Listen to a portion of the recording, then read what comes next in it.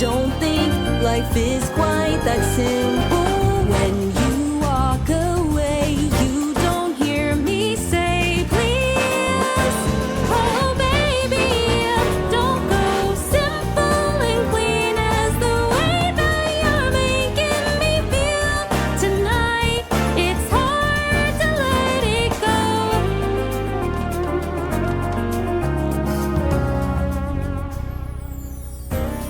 The daily things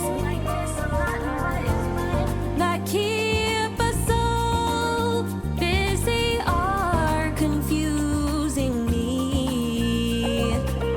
That's when you came to me and said, wish I could prove I love you, but does that mean I have to walk on water?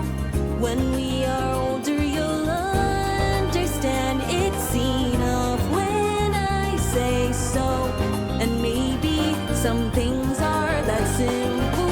When you walk away, you don't hear me say, please. Oh baby, don't go simple and clean as the way that you're making me feel tonight. It's hard to let it go.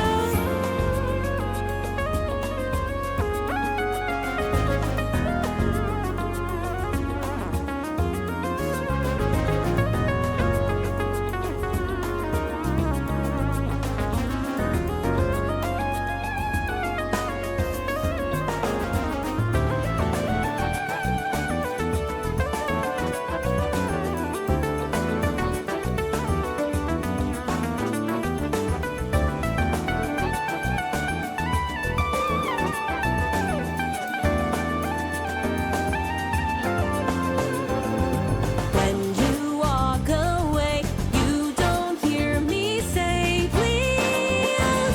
Oh baby, don't go simple and clean as the way that you're making me feel tonight.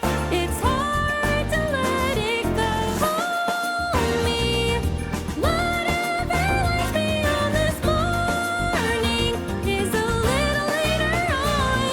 Regardless of warning, the future doesn't scare me at all. Nothing's like before.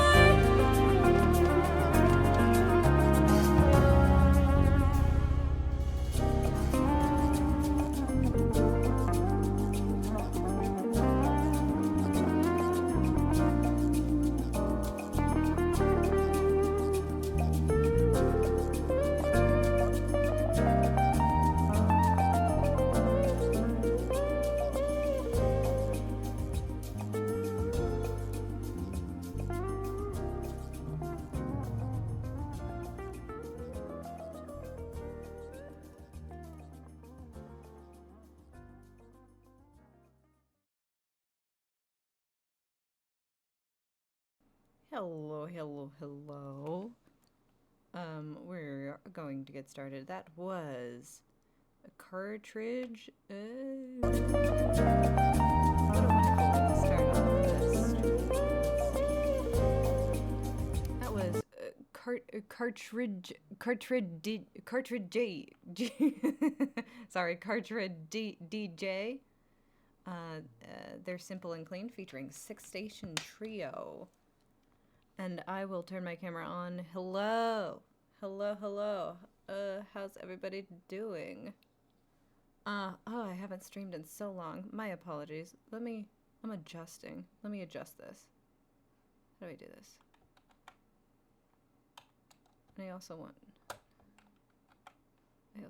to, do I do control?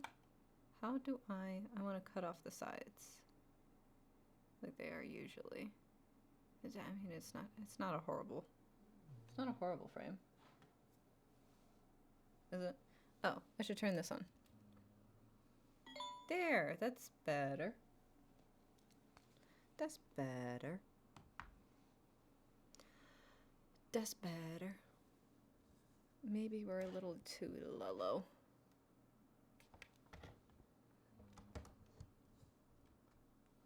There, that's fine. I like it when this is square though. How do I... I'm holding Alt. Oh, there we go. Hold Alt just to there. That's perfecto. Hello, hello, hello. Okay, so we are going to... That was March Caprice Concert Soiree, March Caprice 5, everybody. Yay! I'm gonna try to make a post so people actually come in here. Jeezo peezo. And also work on MC the final mix stuff.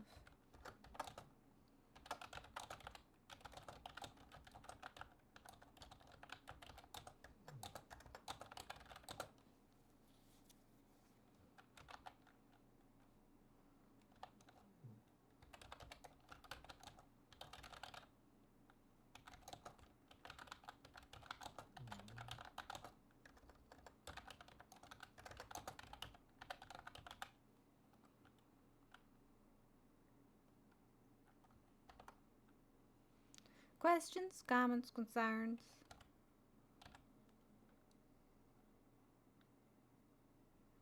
Da da da da. And then I also want to take da da da. Okay.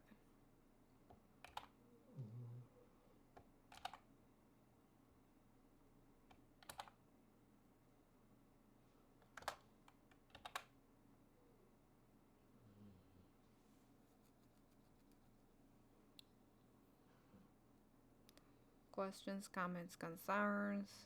Wonderful. Okay, so we're going.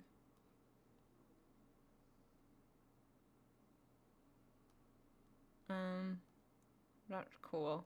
Okay. All right. So, wonderful introduction. March Caprice 5, everybody. March Caprice 5.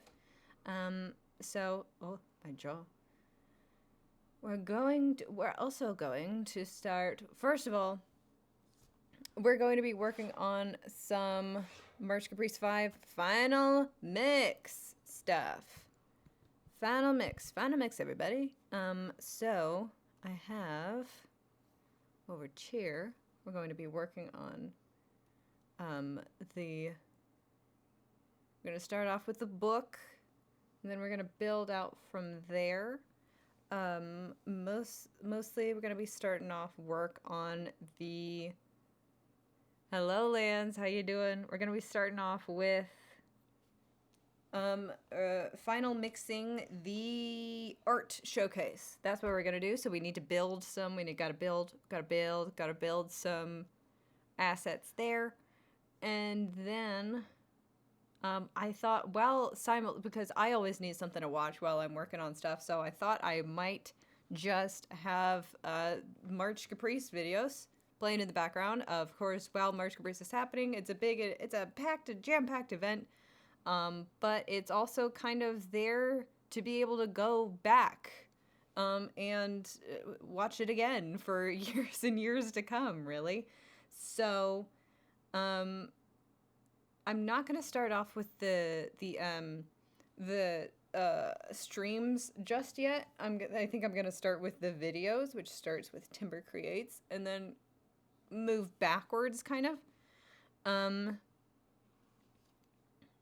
But yeah, I'll try to figure out how I can get both of these windows to exist at the same time.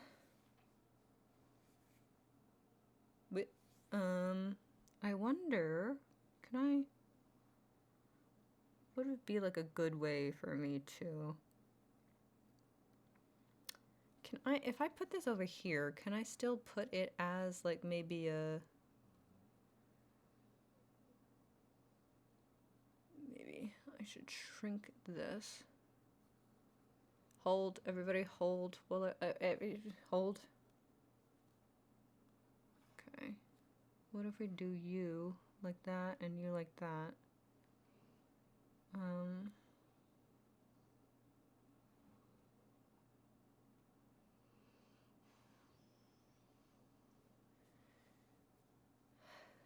Good, good, good. It's a rainy day today.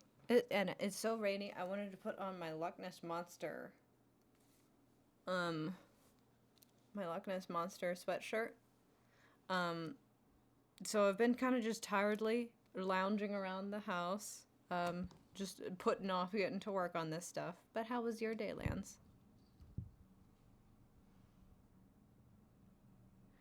Yes. There she is. Ooh. Fruitoon, how you doing? Oh, we will eventually get to... I'm doing a rewatch of all the March Caprice stuff.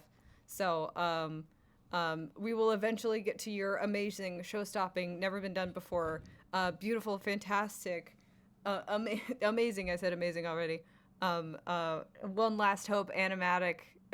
It's one of the peaks of the week, so I can't wait to get back to it, but yeah.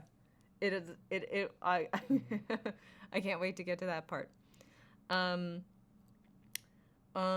What was I doing? I was trying to put, can I put this as like maybe a media source?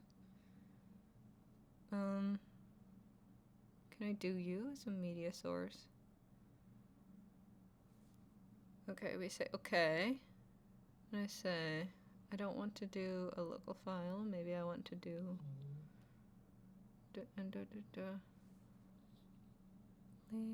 It was very much peak. It was so very much peak.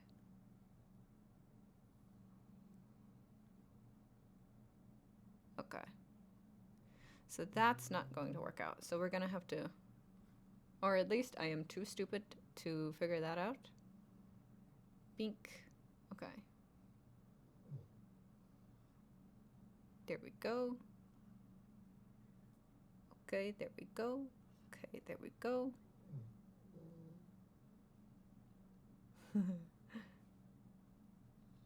High praise, all round, all round, all round. Media source.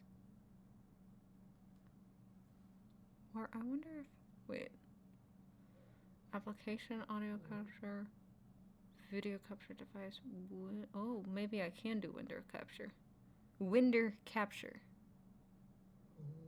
Oh, okay. Oh no, yes. Ahaha, I figured it out. Okay, okay.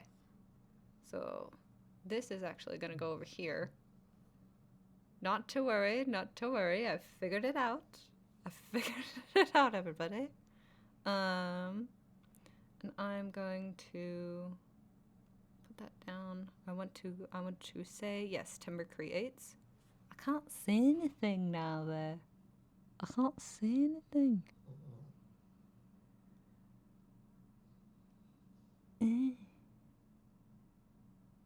Okay, you're gonna be full screen. That's beautiful, gorgeous, amazing, show-stopping. Okay. Yes. Okay.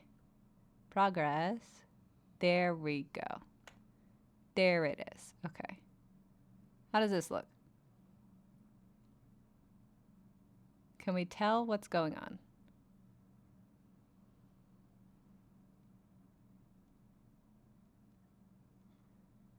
Okay. I'll be smaller. We'll just go over, we'll put things here. Right. Great, great, great. All right. Yes. Yes, yes, yes. Okay. Yeah, because that's where most of the action is happening, over right here. So this should be perfect. Whew. Okay, so then... First idea that I got going on. But I also do want to... Okay, okay, so for the visuals for the new art showcase, Cinderella King scene. Here we are. Okay. I'm on a porch. Old Spice swagger. Buy it on Instacart now. Maybe I should get YouTube Red so this doesn't happen.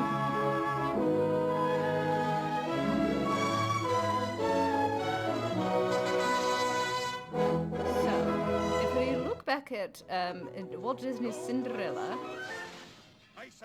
I believe it came out in 1950. Hi, Vodka. How's it going?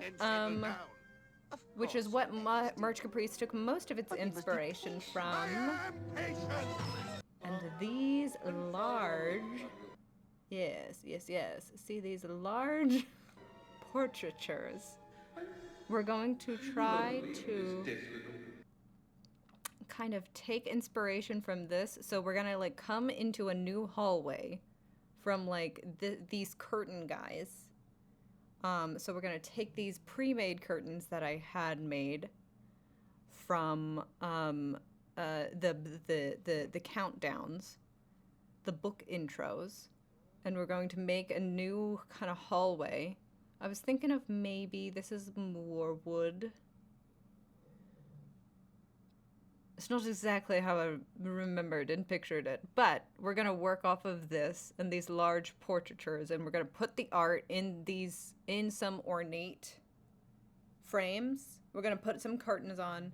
Maybe we'll see about adding columns like these are nice marble columns. I want to hear the We're gonna try to make a fancy little gallery to put our art people in. And that's what we're going to be making. Yeah.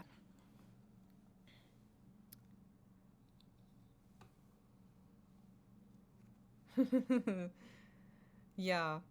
Oh, I love love the way that Cinderella 2 and isn't it also like Cinderella 3 like a twist in time? The way that they characterize the king. He's such a benevolent ruler, you know, and he gets real goofy with it. It's fun. Also, yes, I do have an ad blocker, so I could enable that on YouTube. But like, I'm also I love YouTube so much. I love YouTubers. I love YouTube content so much. That. I don't know. That is the way that YouTubers make money, so I don't like want to do an ad blocker for them. And realistically, I do watch enough YouTube to like warrant a YouTube Red subscription, you know.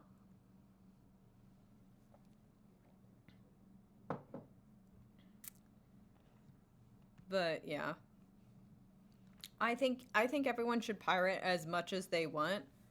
But like I personally love supporting the people that I love, you know, because they're not even my friends, they're like my people. They're my people. They're my YouTube people.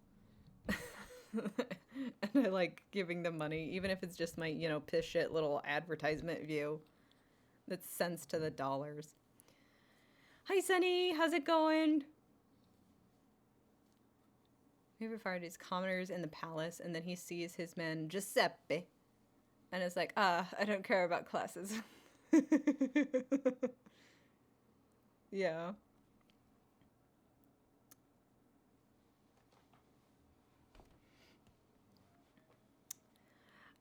What was your favorite memory of March Caprice, Sunny? We're doing reviews. We're reviewing things. So yes, this is what we're going to go for visually, but also while that is happening, we're going to be watching Merge Caprice videos. So we're going to start off with Timber Creates. Oh, they did such a cute little thing. Also, let me know if Have you ever had a stray thought that gets stuck in your head and it won't leave until you do something about it? Because I have. Specifically, Yes, I was that is thinking how about every this Kingdom old Hearts TV brain show works. called Out let of the me know Box, about, like, where the sound and characters stuff. would, well, think outside the box to create a bunch of crafts and whatnot, and showcase that creativity is endless. But then I thought, what if I want to put something inside a box? Like putting Kingdom Hearts in a box. Anyway, my name is Timber, and today I'm going to be putting Destiny Islands inside a box, specifically an Altoid mint tin. Oh.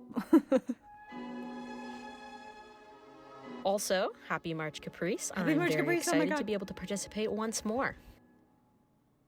Okay, we don't need. Here's things we don't need. So, after my initial thought of wanting to put something in a box to create a KH-related diorama, I needed to think of what I wanted to immortalize. I decided that Destiny Islands with its beach theme would be perfect, so I did some research. I ended up pulling up a map of the islands from NoClip. NoClip. Oh my god, NoClip is an unofficial Which is this sponsor of great Merch Caprice. website that's basically a digital museum of video game maps and levels, including Kingdom Hearts. I poked around the map to find a perfect focal point, Look how much we use it. My goodness. which I decided would be looking at the island from the small outcrop where Riku used to beat the crap out of me when I was younger. To start my journey, I went looking for an Altoid mint tin from my local supermarket, which, can I say, was honestly harder than I thought it would be, because I ended up going to 4 different stores to find them. I even picked up 1 extra in case I messed the first one up, and I also found this weird cotton candy mint tin that I was going to use as a last resort. So let me know which other world you'd like to see put in a box, and I'll do it. The first thing I did was use the tin to make a blueprint for my project to help me when measuring the size of everything else I needed to make. Second thing I did was make sure the tin was ready to be painted on. So, first things first, let's get rid of these. Camera. We do not need book There we go. things, right? We do not need book things. I picked up some white spray paint primer combo from my local craft store to get the metal ready. I decided to sand the Delete the inside book. and the We have outside of the deleted tin it. We to do give the not need primer it. the best chance of sticking to the metal. Delete it. Great moment was binging the concert soirees and all the videos I missed on Sunday and then telling people how much I love them. Yes, that's also what we're doing right now. Then I set up we're also in gonna my be parents' yelling at them in garage the and got comments. to work spraying. I ended up spraying about 3 to 5 Oh, thin should I coats do the on both chat the inside replay? and the outside of the tin until I was happy with the results. You could still see Tag some of yourself the if you writing on see the tin, yourself. but I Oh, wasn't happy worried. Merch Caprice. Once that was dry, I put on some base colors. I started with the outside. I mixed a sandy yellow color for the bottom and a blue color for the top. I think I put about 4 thin coats on until I couldn't see any of the white in my brush strokes. We do not need any book. We do not need any book. Oh, that's so sad. We do not need the clock hands.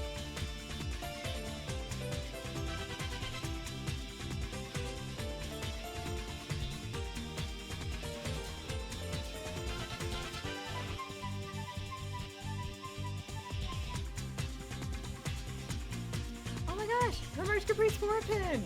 Look! Look, there it is! Cute! This was the point where I decided to super glue the lid open because I thought it would be easier to You paint. made really good pins this year.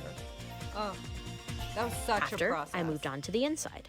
I put a as it sky always is, blue but on the because top we and the just- we same did, sandy like- color for the bottom again. I We had did- tried to How many experiment did with we the do? sandy We did color to see if 3 I this could year, add an ocean blue because we tint to wanted it, to do years but 1 and ultimately 2, it which didn't we really hadn't done work, so I previously. scrapped that. So it was like 3 times as much back and forth to get those pins made.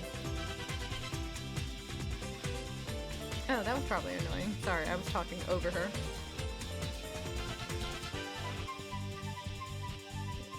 This was also the point where I regretted gluing the tin open because it was so much harder to reach my brush inside to paint the lid, so whoops. Delete you. With that done, I decided I wanted to slap the Destiny Islands logo to the front. No, not a paper logo, a painted logo. I did use the paper cutout as a guide, though. Don't. I didn't film this part because actually it took me almost 3 hours to paint, but this is the finished product. Don't want that. Or maybe I should also just make decided to paint the But bottom yeah, of the tin let's make black. Now it was time for the inside. The first thing I did was add some hot glue to fill this weird gap that forms when the lid is open. I also wanted to create a slope where the sand would lead into the water, I don't need any of you guys. so I used some foam sheets. Oh, what did it? I cut out 3 layers, each shorter than the other, and glued them on top of each other. I beveled the edges with an X-Acto knife, primed it with gesso,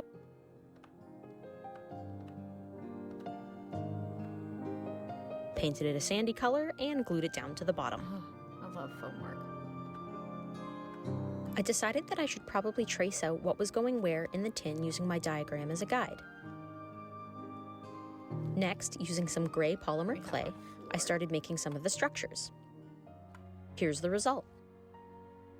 Instead of just painting the background into the lid, I decided that I wanted to add some dimension, so I even made some details out of clay to glue to the back as well. So very basically, where does our camera? Where does our camera? Let's put you back to the beginning. Next, it was time for a paint job. At first, I was going to be cool and try to underpaint some shadows like how you would when painting miniatures, so I mixed some black acrylic paint with water and brushed it on and then wiped off the excess.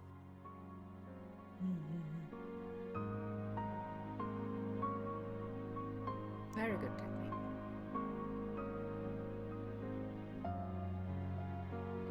Keynote. So, very basically, I'm gonna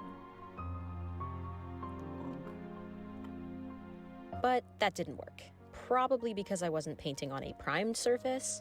Well, you win some, you lose some. Instead, I painted a base coat, then used the watered down black acrylic to give it some shadow, and finished it off with dry brushing some highlights.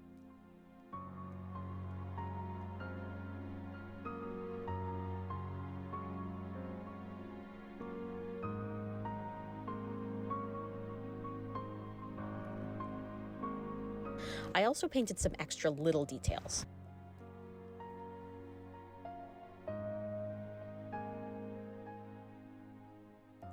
I don't know what I'm doing. How do I not? How do I not? I don't want to set keyframes anymore. I also created some smaller details out of clay, like the bridge between the island, Long. a cross-section of the seaside shack, some small palm tree logs, and some small stones to make a little wall with. I used some contact cement to glue everything in place. Also, PSA, do this in a well-ventilated area and not a tiny room with a closed window because I did that and it stunk. Uh-oh. The only things I didn't glue in place right away were some of the smaller details as well as the little island because I found something cool I wanted to try on the bottom first, which was this diorama sand. Now, normally I would just go outside and grab stuff from nature instead of spending money, but I live in Canada, which, yeah, that wasn't gonna happen in the winter. So the diorama sand ended up being this paste. I applied it with a paintbrush that I didn't really care about, which was good because the paintbrush totally got ruined. I applied it in little coats and built it up slowly over time. In hindsight, I definitely didn't need to paint the inside of the Altoid tin or the foam sand because this stuff was actually pretty thick. After my sand was dry, I mixed up some resin. To do this, you take equal parts resin and hardener, mix them together, and pour. Honestly, I eyeballed everything, which is probably not ideal, but I haven't messed it up yet, so there must be some wiggle room for error. So very rudimentary. We have our hallway. And our floor. I'm gonna make our floor bigger.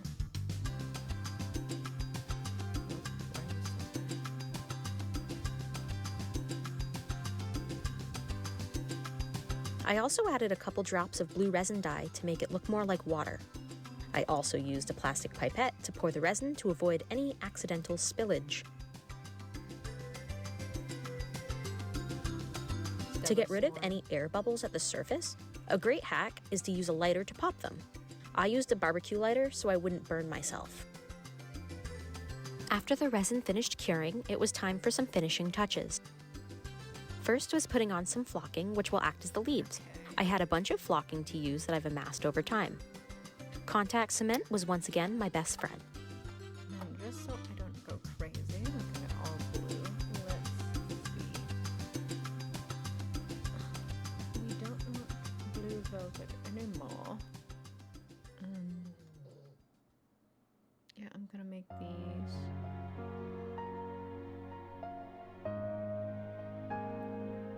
Oh, I love miniature, like, foliage. After that, I Trees. installed the bridge, Trees. Oh my gosh, this came together so pretty. created some side rails with little pieces of polymer clay, and added in my palm tree trunks. Resin is so cool too. What a cool material.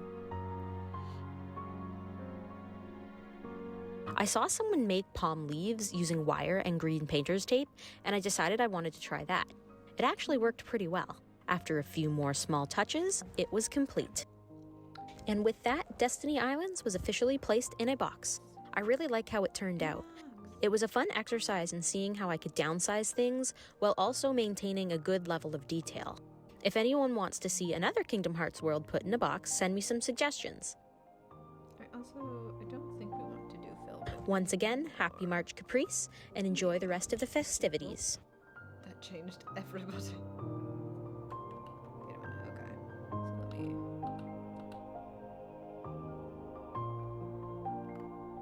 This will now be called walls. Hey guys, welcome back to my channel. I'm Nana, and today we're making a Paupu fruit cake that magically separates. We changed over. Let me go back. Dimber Creates. That was such an awesome craft. I love crafts. I love crafts. Let me make sure that I want to leave my comment.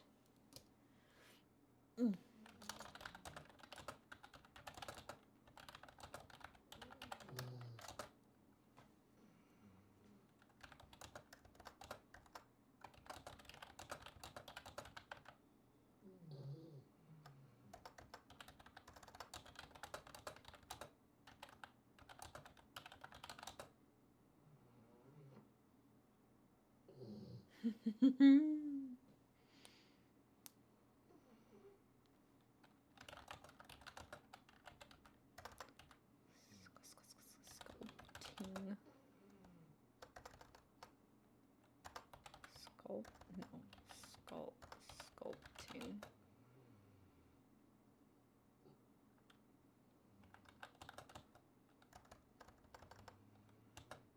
Don't.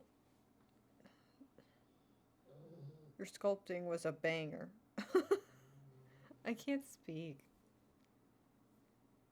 Love how it all came together, and your sculpting is superb as always.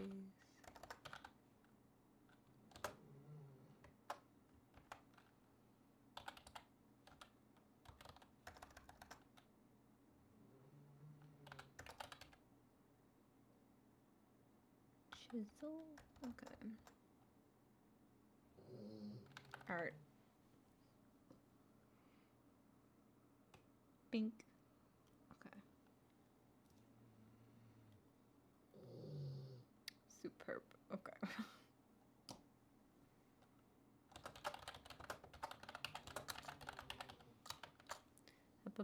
Please. And I'm doing this on my second channel so I can even leave a second comment on all these videos with my first channel. This is such a cute product. Up in much Caprice. Okay. And then where is the floor? There we are. It automatically posts too, but I use a lot of emojis anyway. That's just the way that I speak, and that's fine. And Nana-noms. Oh, this was also Hey guys, another cute welcome one. back Wow. to my channel. We really loaded you up with cute stuff immediately for this March Caprice, didn't we? Oh god, that looks so good. I want to eat it. Okay, here's Nana-noms. I'm Nana, and today we're making a Paupu fruit cake that magically separates into a cake layer and pudding layer as it bakes. So editing Nana here, just coming in from the future to thank you for watching this video if you are still subscribed to my channel. It's been inactive for about 6-7 years now, and I am very sorry for abandoning it. I feel Welcome like back. after my camera died and all these life events happened back to back to back to back, I just wasn't able to pick everything back up, which is a shame because I almost got like 1,000 subs. I almost got close to monetizing, and I feel like I was really building a viewer base and a community with y'all. But anyway, mark this as the official rebirth of my channel. I have so much more in store for She you for reversed and 2025. rebirthed it. Thank you for being subscribed for this long. Stay tuned, and let's get back to Shut the video before up. this gets any more awkward. This video is for March Caprice, which is an annual virtual gathering of fans of the Kingdom Hearts series. My husband and I are super fans, and we even had a Kingdom Hearts wedding, but that's a story Love it time when for Kingdom another Hearts day. fans get married. What you'll 'Cause need they for this make it all recipe about Kingdom is 1 Hearts. large $1 million egg, separate the yolk from the white, 1 teaspoon of lemon zest, 1 tablespoon of pineapple or mango juice. I just use pineapple juice from the can, 2 tablespoons of flour, 1 pinch of salt, a 1/3 cup of buttermilk, a 1/2 cup of white granulated sugar, and 1 drop of yellow food coloring. You can use gel or you can use the other stuff. Pretzel sticks or 1 large chocolate Tootsie Roll for the stem. And the most important part of this recipe, and to really make it resemble a papu fruit, you will need a This is star-shaped pink. cake mold. I found these mini ones on Amazon, which I've linked down below. Butter and sugar your molds. I use my fingers to get into the nooks and crannies of the molds, and then I put a plate under the molds while I was sugaring them to catch any leftover sugar. Okay, beautiful. A nice salmon. Then I Tetris them into my 1,000-year-old baking dish, but you can use any baking dish or baking pan with nice high edges.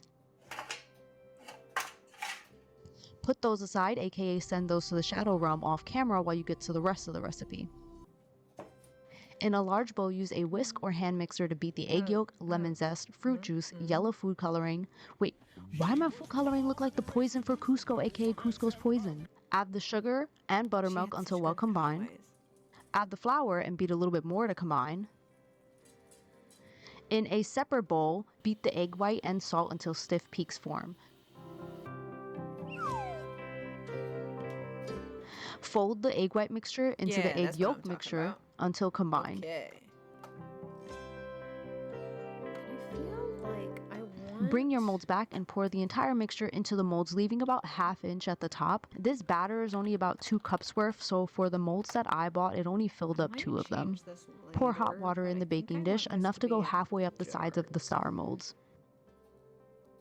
Bake for about 45 to 50 minutes until the tops are golden brown. Of course, this depends on your oven. This is the first time I made this recipe in this oven, so I did 45 minutes, but in hindsight, I should have did 40 because the tops came out a little more golden than I would have liked. Then take a plate, invert your cake pan into the plate, tap the pan and say the magic words to release the cake, and voila!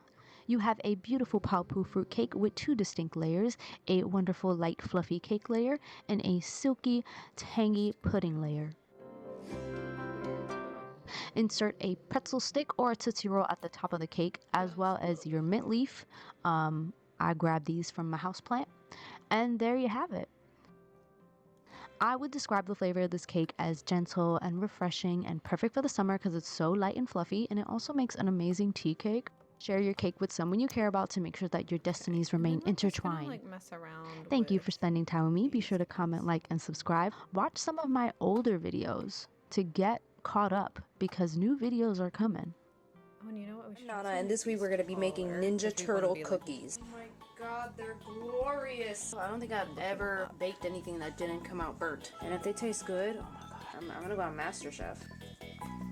Yes, this is so cute. Another cute one. 13 comments. Nice of you all to be here. Nice of you all to be here. Thank you so much for coming.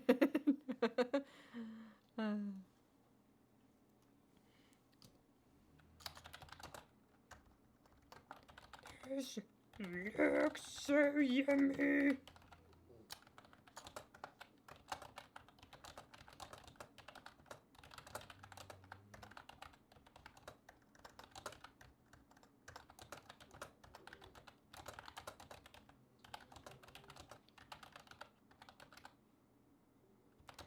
Love your cutaways. Very funny. How do I make that not sound bad? Love your wig. Hope you win.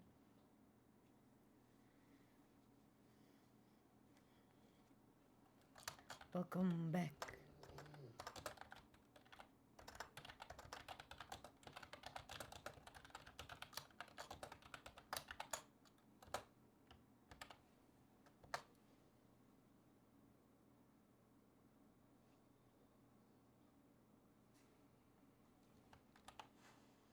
Stars, stars. Come on. Uh-oh, I should also subscribe. And I'm gonna like... And I didn't subscribe to Timberwolf. I also need to do that. Hold on, we're going back. We're going back. Subscribe. Toss it a like. Yeah. We're just moving. Oh, and then what? What? I love 0.22 as well. I keep getting blown out. No, I did put that in. I thought for a second maybe I didn't put in this cute little introduction that was made by so kindly for us by Meep Meep. I did put that in the video. I did, right? I did. I did. I think. If there's one thing I love about Kingdom Hearts, it's the narrative. Each game in the series has an engaging story with many moments that make you connect with the characters. But for me, one game's story stands out above the rest. One that connected with me deeply and came at a point in my life where I needed a story like it. And that is 0.2, A Fragmentary Passage. Hey ladies, gents, and NBs, welcome to or back to the channel. My name's Sky, and happy March Caprice! Happy March Caprice! For my second time participating in the event, I thought I'd do a video about why I love 0.2's story and why it has one of my favorites in the series. I'll be analyzing the story scene by scene, at least the ones I feel worth talking about, and talking about how they showcase Aqua's feelings, why I think people relate to her, and why I connect with her arc so strongly. God damn it. Why are you all even tracking? Starting off with Castle of Dreams, we see Aqua talk about how she thought nothing in her life could go wrong, and how she believed everyone who lived in that world thought the same thing.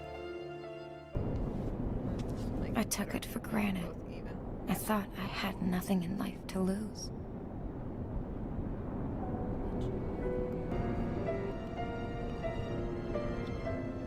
Here, too, everyone in this world thought that they were safe. Not just the people, but the dog waiting for his owner. The cat curled up in her nook. I love this. I love this so So much life. Trees and flowers.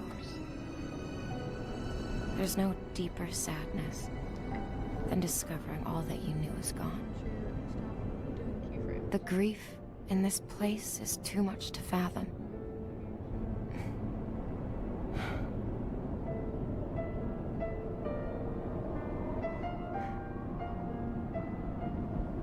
That's enough. I can't keep on wishing for the past. This shows how Aqua feels about her life suddenly changing and birth by sleep, with her being separated from her friends, losing her master, and her questioning everything she's been taught. I also find this scene very relatable. If you never had to struggle with your mental health for most of your early life, you probably felt the same thing that Aqua felt in this scene. What Aqua is talking about is something I know many of us have dealt with at some point, myself included.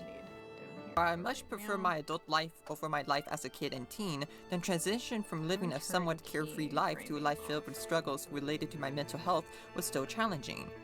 This is one of the first instances on how this game connects with me personally. Depressed girly pops. At the end of the Castle of Dreams section, And MBs, Aqua rise thinks up. back on her memories with her And friends. guys too, I guess. They can be depressed sometimes, I guess. Not even memories are safe from the darkness. What I wouldn't give to really turn back time. To spend one more night beneath the stars with my best friends. I'm doing it again.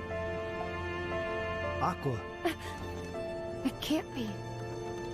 What are you doing here? You should be in the realm of light. Oh no. Did you not make it out? Don't tell me. Has the realm of light... Why won't you say anything to me?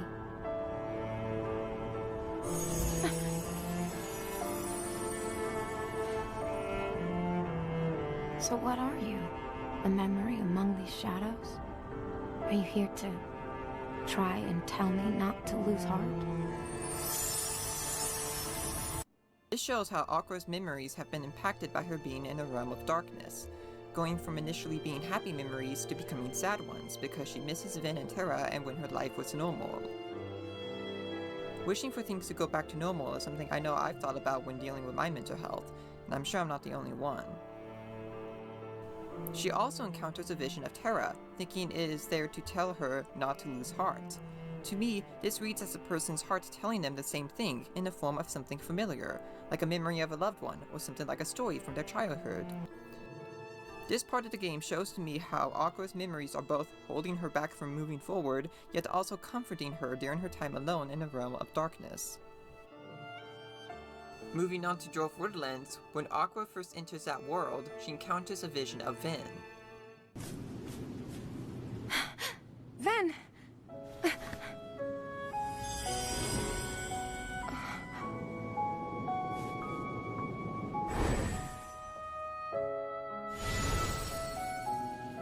Ven, what did you come here to tell me?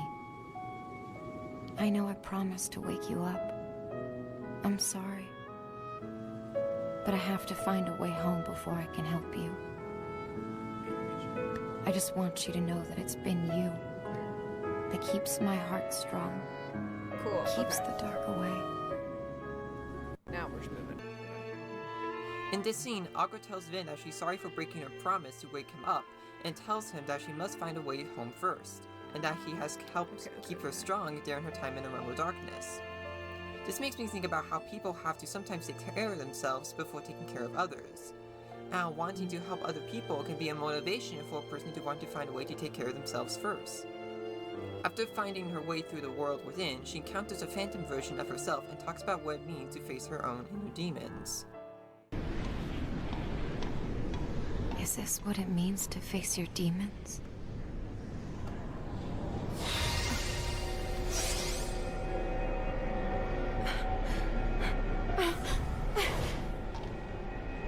Only your heart is hollow enough to be a demon's.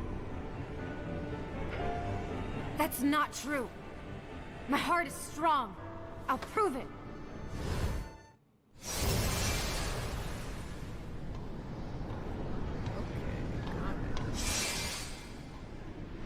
Terra, Ven, and now my own phantom. What could it all mean?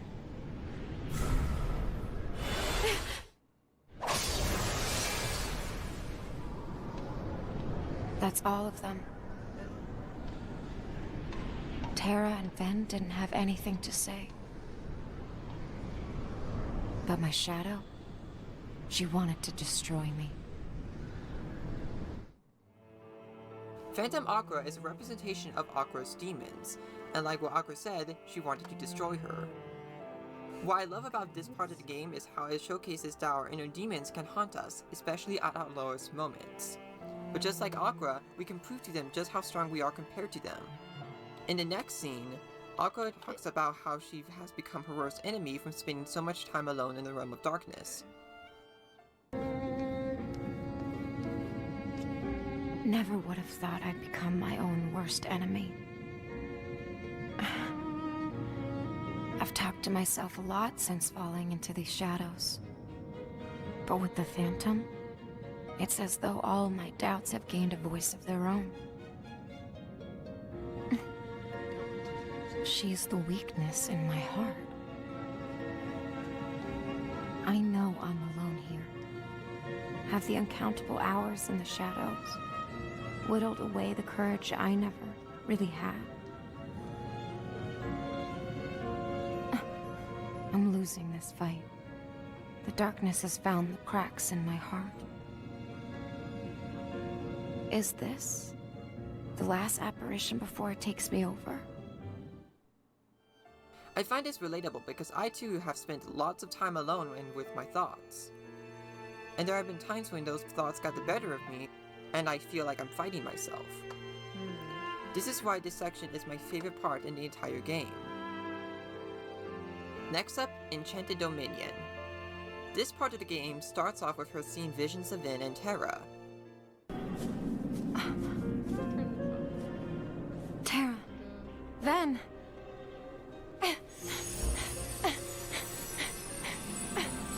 Are they phantoms? I don't care if they are.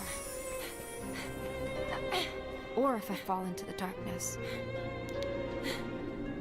I miss them. We see her wanting so badly to be with them again, even if they are just phantoms. I think this could be viewed as her loneliness getting the better of her, something I think many of us can relate to. Eventually, she reunites with Terra and Ven. Terra, Ven. Aqua. You're... Terra, you spoke? Can you see me? Of course. I see Ven too. Ven?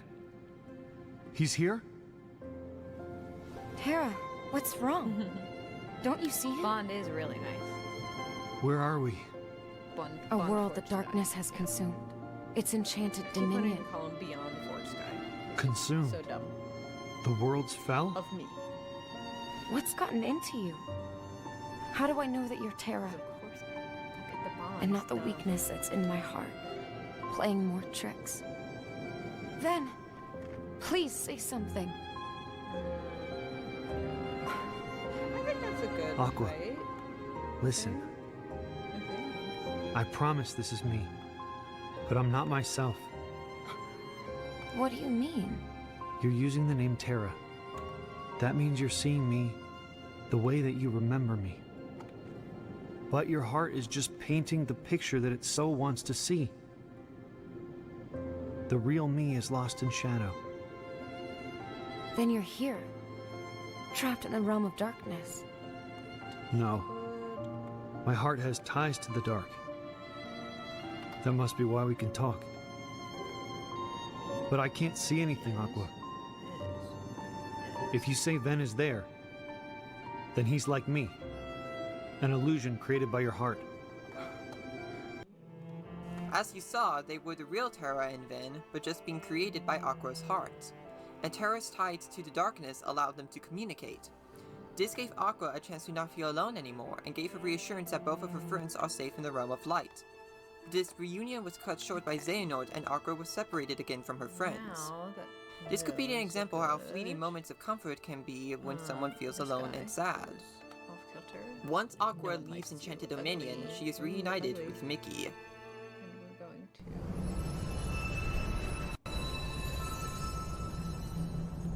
Now I can be one with darkness. Okay.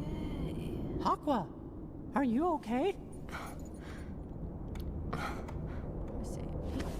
And unlike Terra and Ven from before, Mickey is actually a tangible person, meaning that Aqua is no longer alone, at least for now. I can speak from experience when I... Okay, not to talk over Bond. Let's go. I'm turning it up, turning it up. Hello. I'm talking. Hello. say that having at least one person by your side can help you with your loneliness and sadness. Unfortunately, just like for Terra and Ven, Aqua and Mickey are separated, and Aqua stays behind in the realm of darkness.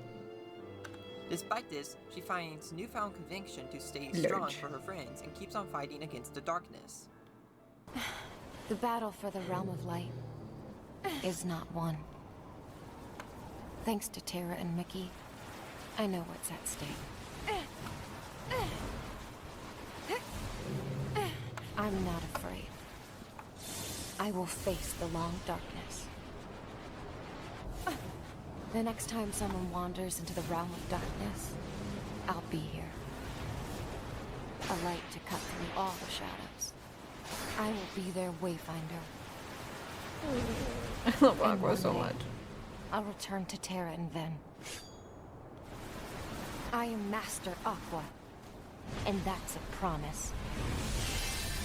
Just like Aqua, we all have moments during dark or sad periods in our lives where we are reminded of our inner strength and decide to keep on fighting our own darkness. 0.2 was released during the time in my life where I started to struggle with my mental health. I found so much comfort in Aqua's arc in this game, and looking back knowing more about myself, I understand even more why 0.2 Wonder what could have been happening in 2017 to make you feel a little depressy-withy. Where I was and still am struggling with. It's I am kind of the grateful to same 0.2 reason. and especially to We have a Aqua, little and I will Wessy never forget Wessy how to much they fucking and day. Kingdom Hearts overall have impacted my life in a positive way. And that's the end of the video. I hope you guys enjoyed watching this and hearing my thoughts on this game. It's so special to me, and I couldn't think of a better Kingdom Hearts related thing to talk about for my first Macho Caprice video. Bond, Speaking it was of, so if you're watching good. this during Macho Caprice, I especially want to say thank you for watching this.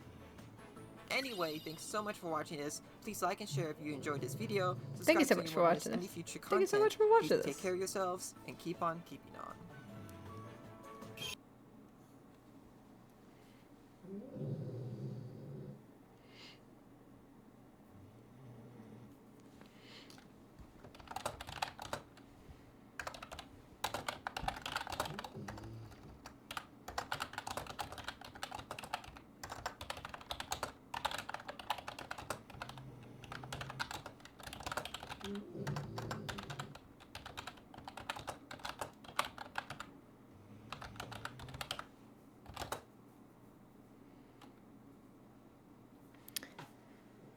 I love 0.2.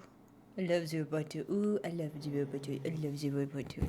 Let's also turn. Oh, sorry. That's my bad. Let's also just turn this down a click. There we go. That's much better. I'm so pink now, though. I love 0.2. I love 0.2. Listen, love 0.2. Love 0.2 because this is.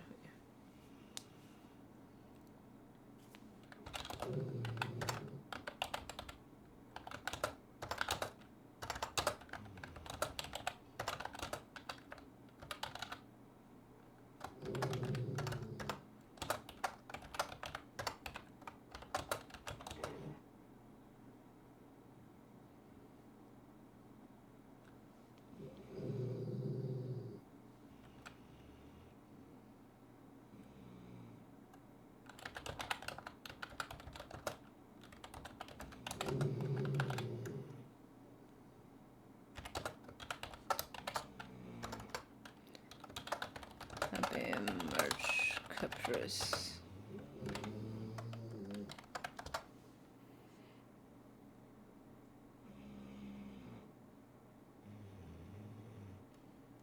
Real life. You all hearing snoring happening at massive rates in this, specifically all concurrent in this room. Like and subscribe. Like and subscribe. Like and subscribe, by the way. Like and subscribe. Like and subscribe. Oh, yes, Welcome to Traverse Town, the town that never sleeps, even though it's night all the time. There, let me tell you something, there are a lot of doors. Oh, yes, in this is Traverse one, Town. this is one I can always totally see from this missed. location in Traverse Town. Oh, There's so I a lot can't of wait to little- finally see it. Little burgs, little homes. Counting and they all every need door. doors Ooh, a to enter door? them. And so, let's just disembark and start counting. The front door to the Ducklings item shop. The back door to the Ducklings item shop. The accessory shop door. Geppetto's house door. Oh. The door to the Both synthesis musics are shop. playing at the same time. Synthesis shop. I was like, what is going on? This seemingly random door next to the accessory shop, which I assume is a restaurant because it's right here next to this menu, which says that they're serving bottled drinks, dessert waffles, snacks, ice cream, hot dogs, baked potatoes, and pizza. Pizza. And reading them all like that out loud. Reading them all like that kind of reminds me of The Winter Soldier, where that guy is saying all those words to make him go crazy. Also, these prices better not be in dollars, because that's like really expensive. A sleeper agent. Like, good lord. 60, is that $90? Okay, we're gonna try not to have anybody phase. I don't know, it's really expensive. It's hard out there in Traverse Town. The door to the 3rd district. The door to the cafe, where you never see anybody sitting, so I hope they're not out of business. The door to the 2nd district. The caged up door to suits and dresses. Suits and dresses. This random door that's next to suits and dresses, so maybe it's like an employee entrance. The door to the hotel. The other door to the hotel. The door to handbags. That's the name of the store. Handbags. These random doors on the way to the 3rd district.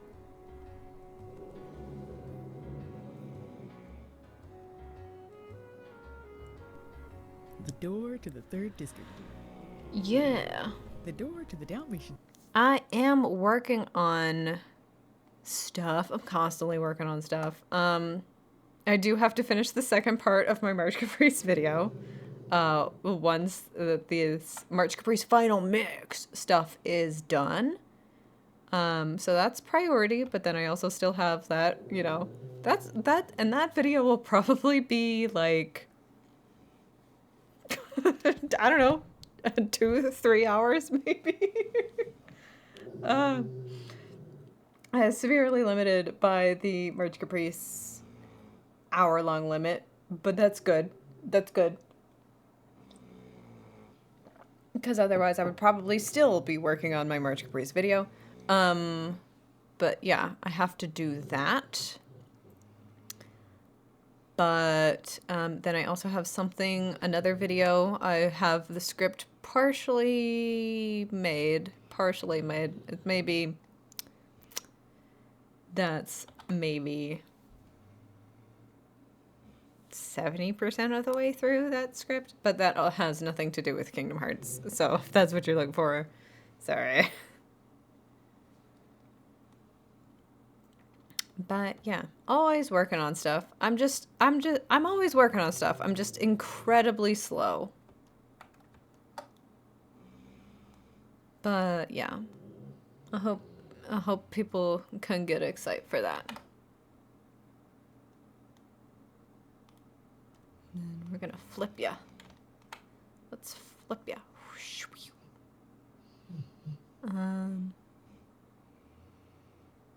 180. Yes. Yes.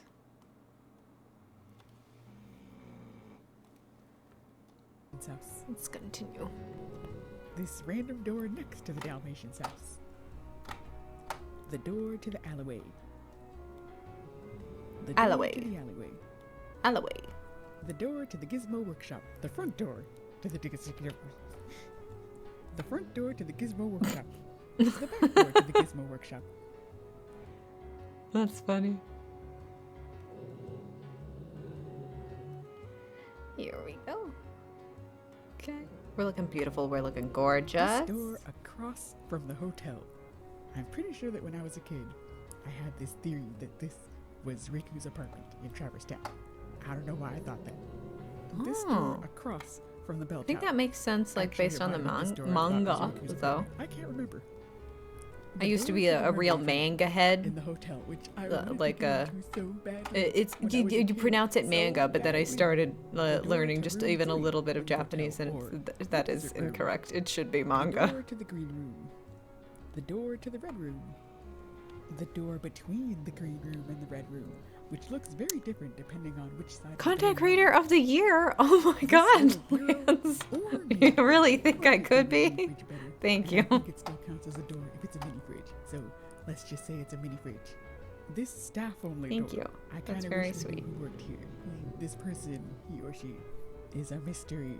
These window doors in the hotel, but if you go through them, there's actually a drop off. So good luck. The drop off. Back door to the mermaid room. Like I said, I really wanted to get into this room when I was a kid. Like, I was determined. And I assumed that maybe you could get into the room and there was just some secret way. So I was always trying to get in there. I remember casting Blizzard on the door. That didn't work. I remember using the crab claw keyblade and trying to hit the door down. That didn't work. Like, I was constantly trying. I really wanted to get into this mermaid room. I'm so disappointed to this day that you can't get into the mermaid room. It's true. The back door to the desert room. Honestly, I never really noticed the desert room when I was a kid. But if I did, I'm sure I would have tried to get in there. So I think that looks pretty cool. So we're gonna like put. So cool. Like, I never. Oh, that is such a good door. We're gonna put like the frame inside of there, and it's gonna present like that. I think That'll be good, right? Or should it be just like, no, it should be like that, because that's how things work. It'll be a nice presentation. And let's just turn you off. So, and let's turn you off just so we can delete all of these guys. Not you, though. I said not you. We want the camera to stay there. And we want... Why is the book still there? I thought I deleted that. Dang. Okay. Then I also want you to go away. And you all should stay there. Yeah, okay. Deleted. I want pages to be deleted also. That's not a part of this. Okay. Animated curtain is still there just in case. Yeah. Okay, cool. So this is what we got.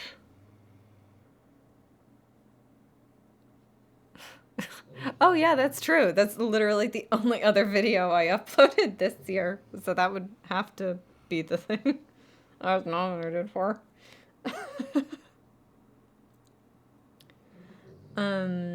Where'd my walls go?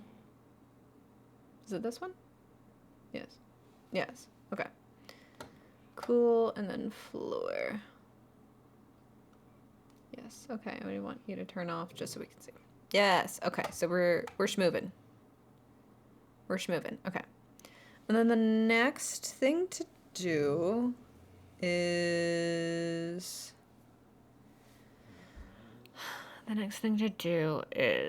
basically we need, well, first we need to figure out what are how many art people are in each half of that, and then we need to figure out a, should we make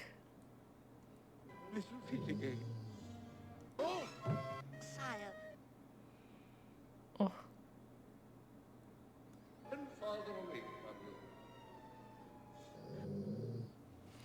should we make a frame? It would be good, but I wonder if that's not too many vertices and it wouldn't just make everything chug. Maybe if we just look up, what do we need? Fancy frame. Oh, okay, perfect.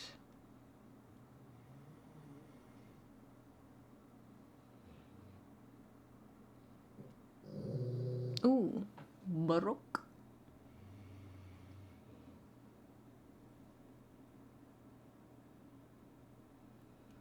This looks enough like that, don't you think?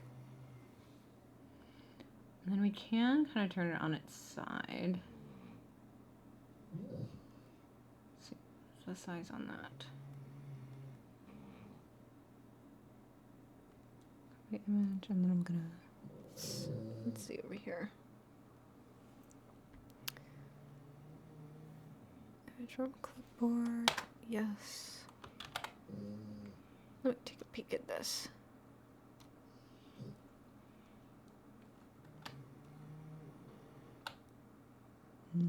Yeah, that quality is not gonna be good enough for us.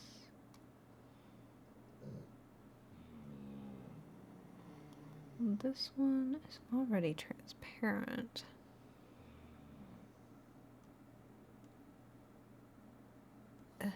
That has even worse quality. Oh my god.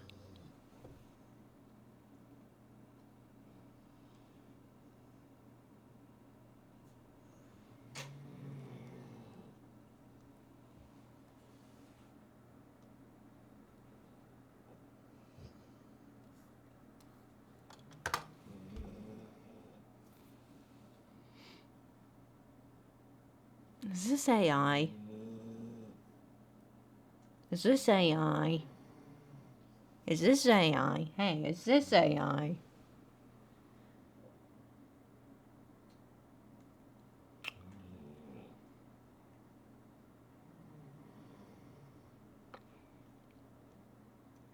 Oh, a crown. Okay.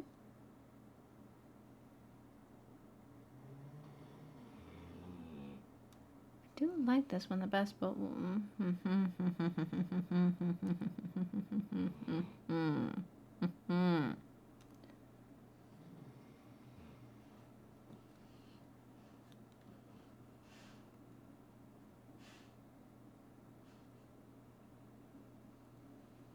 shut up. Oh, do I need to like buy something?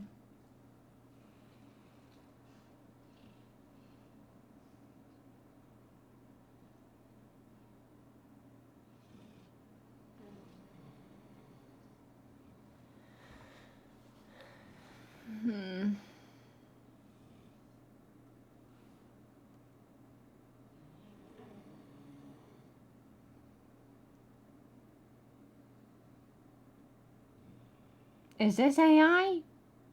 Is this AI? Oh. Oh. It's a save me.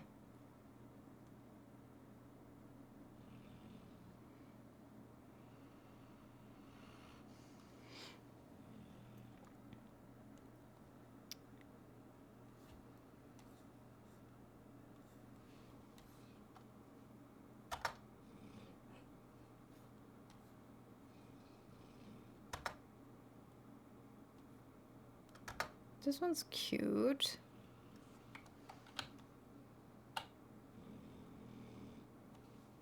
Could adjust it to make it look more gold. This one's too round, but I do like the design of it.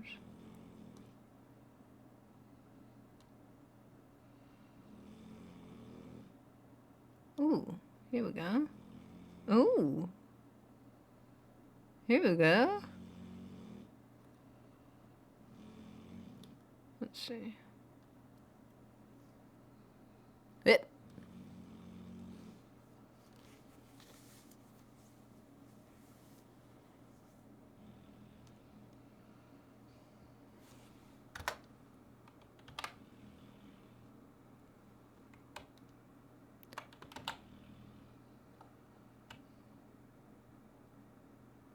Oh, cool. Don't you love thrifting? Oh, I love a thrift. There's such good deals.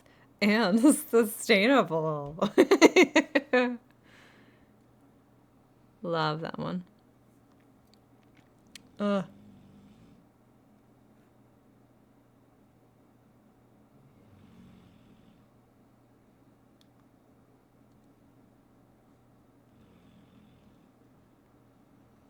Okay. There's that guy too. Kind of like this guy though. Yeah, this has a little bit more to do. This looks a little bit more March Caprice. A little bit more March Caprice.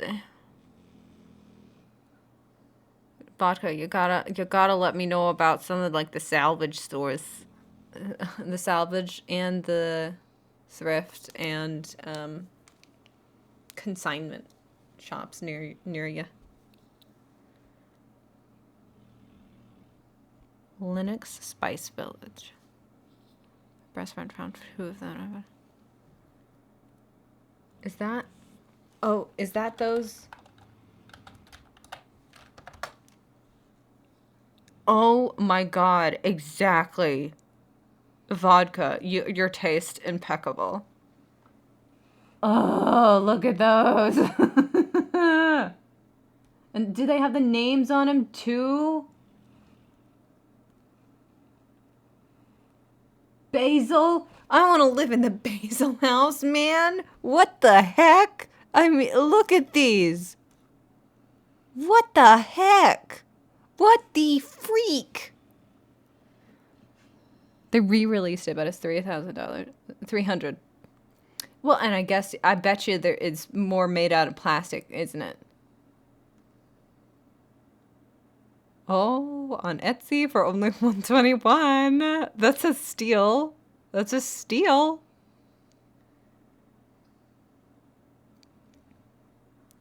Oh my god, they're so cute. Oh. Not lead. Not lead, sis. We'll all get lead poisoning one day, though. That's fine.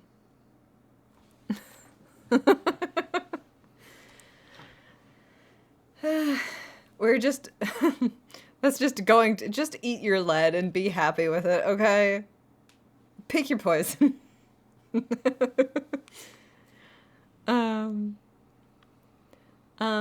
Yes. Okay, so we're gonna do a little bit of this. Really stopped to admire this door. It's so... I just love the theming. It reminds me of Mulan. It always has reminded me of Mulan, so I wonder if it was like... The Mulan door. Foreshadowing Yes. to Mulan, or if it was supposed to be a reference to Mulan. But either way, this is such a cool door. The back door to the green room. This is kind of just a normal door, and that's okay. That's totally fine. The back door to the staff We can have a only normal door room. as a treat. I think that whoever lives in this hotel, like whoever manages the hotel, lives in the hotel, and this is their room. And it seems like a really like high-class room, like the crown and everything. I mean, I know Kingdom Hearts with the crown, but still, this room is clearly just a 5-star experience. The rest of the hotel is like decent quality, really nice, but this staff-only room, this has like all the works. It's a high-class room. This little blue storage container, I'm not sure if I would The count safe? this as a door, because it does swing open, but it's not, you're not really meant to go in there. Although I do believe that Sora could fit in there. He's like a little guy, he could fit in there. And Donald could Put him in definitely the fit safe there. for safekeeping. You're not meant to go in there. But I think I might count this as an honorary door, or rather, door adjacent. I think I'll count this as door adjacent, because it swings open and closes. It's got a little keyhole. It's a door. So we're gonna Door adjacent. save this. The entrance to the secret waterway. It's not a door, like there's no door whatsoever, but you do use the red Trinity Fancy or frame. gate. So maybe it is a door, PNG, the remnants please. of a door or a gate that once Okay. was. The doorway leading to the stairway to Merlin's house. So many And it kinda doors, looks right? Like the entrance to some cult, some secret Merlin magic cult. The platform that leads to Merlin's house. This isn't a door per se, but it is an entrance. Okay, so we're And added I think one could say that it is a door, just a very unconventional door. This bureau in Merlin's house, the doors to this bureau in Merlin's house, and the many bureaus in Merlin's house, I guess, but that's unquantifiable, so we'll just say it's one bureau and one door, set of doors. The door to the fairy godmother's little carriage. This sheet hung up to be a door in What? Merlin's house. I'm pretty Oh, sure. sheet. That's I thought she said shit. supposed Well, to I be was a like, door. that's Why a does little the loud Merlin on fix Merch some of Caprice. this stuff? Why does he have a sheet hanging up in place of a door? So I'm gonna count it as an honorary door because that's 'Cause what he's it's supposed to be. Rotten, But Merlin dusty, really needs to get that crusty, fixed. Inside old. Geppetto's house, you might think there are no doors, but there are actually a few doors. There are these model houses, these doll houses, and they all have little doors. And I decided I'm gonna count them as doors because they are representations of doors, and I assume that they open and close and work. So because they are representations of doors, I will count them as doors. The door to Geppetto's fish's house, or Pinocchio's fish. I don't know whose pet it really is. She has a door? Her name Where's is the Cleo, door? by the way. The front door to the Dalmatian's house. The Dalmatian's Miss Cleo. house is this giant Cleo, home. I don't know how no. they can afford to live here. The humans Oh don't even live up there, no, so I don't know what's up with Cleo. that. But this home has 4 rooms, and there's 3 doors connecting the rooms. The Solid doors. Dalmatian's Good den, construction. the dining room, the living room, and the piano room. And each of these doors we go. looks exactly the same. It kind of looks like a kitchen door. So I'll just show these doors.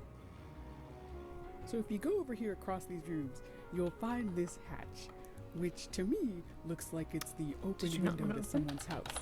But if you jump through it, you somehow arrive at the 3rd district. There we are. And I don't know how. What else do I need to do? Arrives at the 3rd district. I feel like there's some kind of secret method, some kind of story behind how you get to the 3rd district. But this is like a little secret entrance to the 3rd district.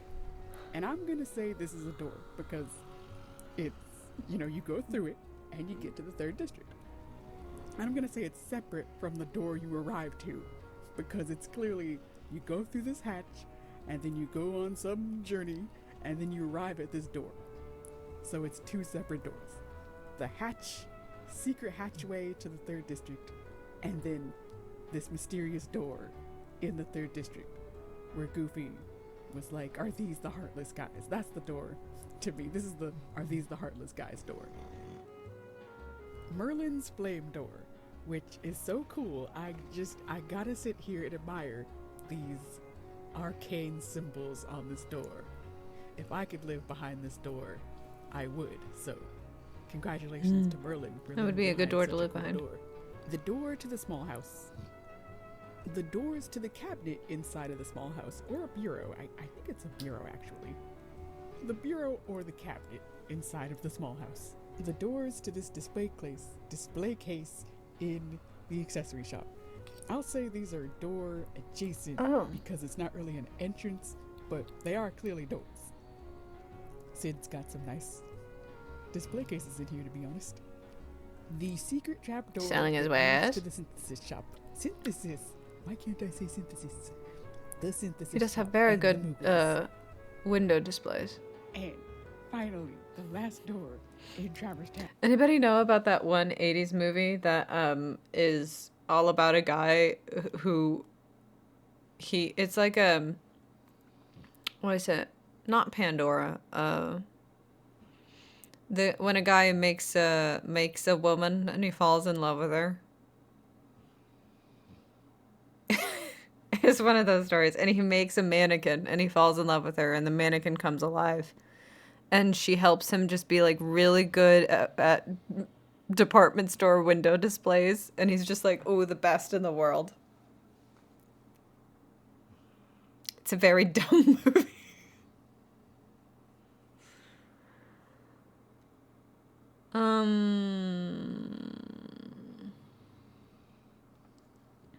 How do I enable a PNG again? Tell me how to do it. You knew how to do this before. Okay. That stretches like that.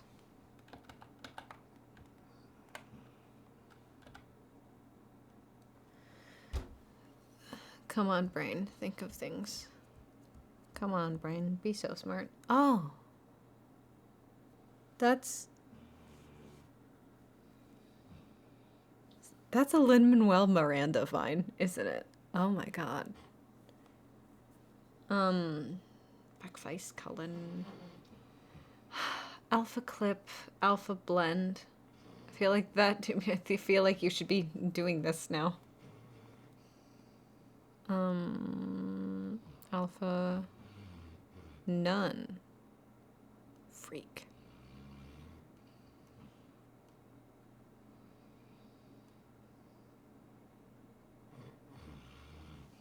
Oh, okay. I should be able to do it because I had it here. Material 2. Okay. No, that should be. Oh, I gotta connect the alpha to the alpha. Okay. Alpha, please. Yes. There. Yes, we have liftoff.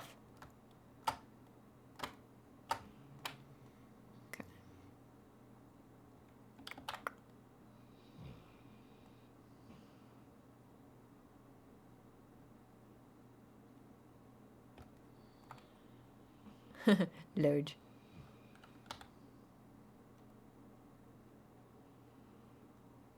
So we can put, yes.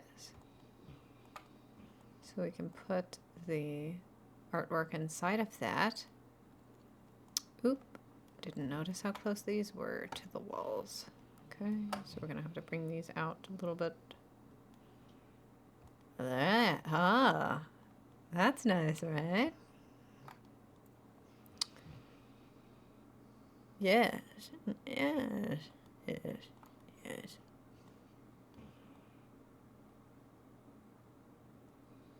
Then we can just like adjust this based on the artwork that will be inside of it. But I do want this to have a little bit of volume to it. So you know what I'm gonna do. I think if I put, I'm gonna add a cube.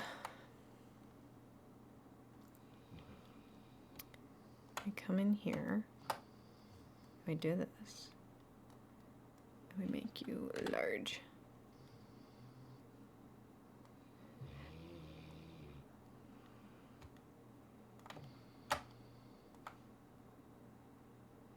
This and like this.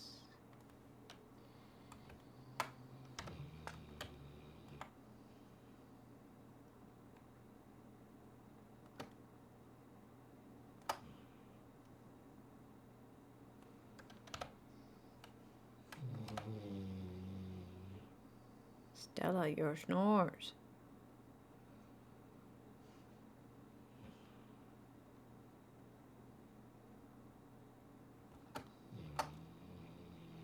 Go away.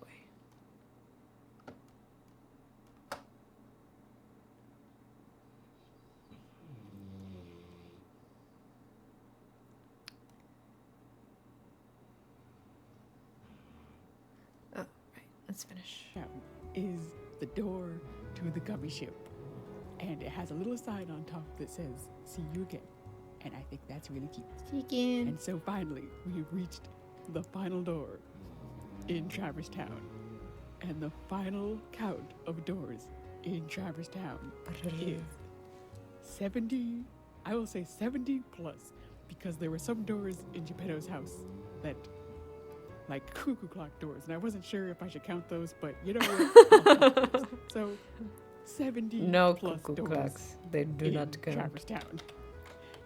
And now that I've finished my mission of counting every door in Traverse Town, I never want to count or see a door ever again. I was originally going to count every door in Kingdom Hearts, but Traverse Town broke me. Oh no, Traverse focus. Town was just too She much. had to encounter I a can't door even on her imagine way out of counting her every door in house. Kingdom Hearts. Oh no. So, I hope you enjoyed seeing every door in Traverse Town. And thank you for watching. Thank you so much. I never want to see any doors for the rest of my life.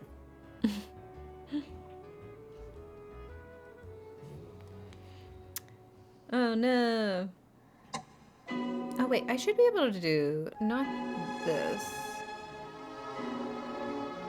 Maybe I can make this larger. Hold on. No, but that would probably just start repeating. Anyway, very good. Oh, missed it. Oh, we skipped. What? Yay! I was so glad to finally see that video. This is what this is for. Yes. So many doors.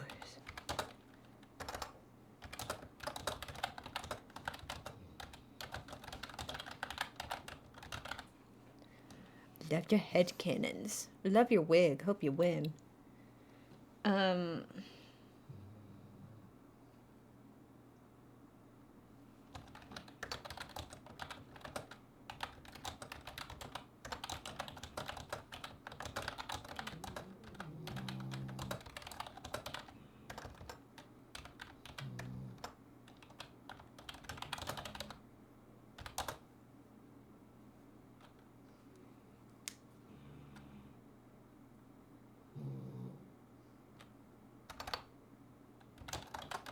Happy March, Caprice.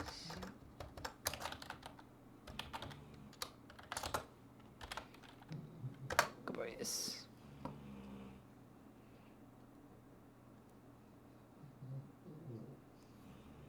Happy bappy. Happy bappy dappy dappy. Okay. And then can I skip? No, I can't skip from there. No, yes I can. I can just do next. Pew. Yes. I know, YouTube. Oh, this was a really good one.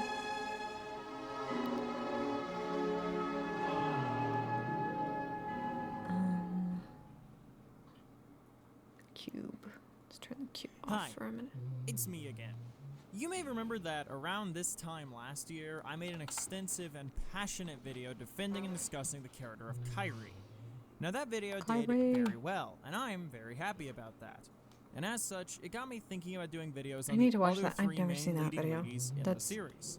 And after I It's a crime that I haven't seen every Kyrie video ever in existence. I should watch that was soon accepted too. into the March Caprice event, which, for those of you watching after the fact who may not know, is a cool little gathering of creators of many types from across the KH community.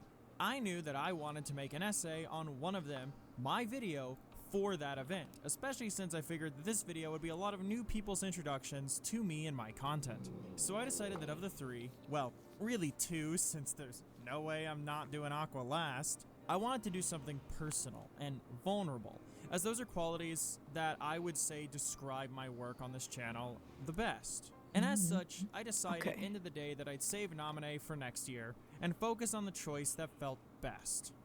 And to do that, we're gonna have to open up Nintendo's little double screen handheld and look towards 358 over 2 days. Now 358 over 2 days is a game that, like its sister game Recoded, is still trapped on the DS and is only playable on platforms like PC thanks to the emulation efforts from fans.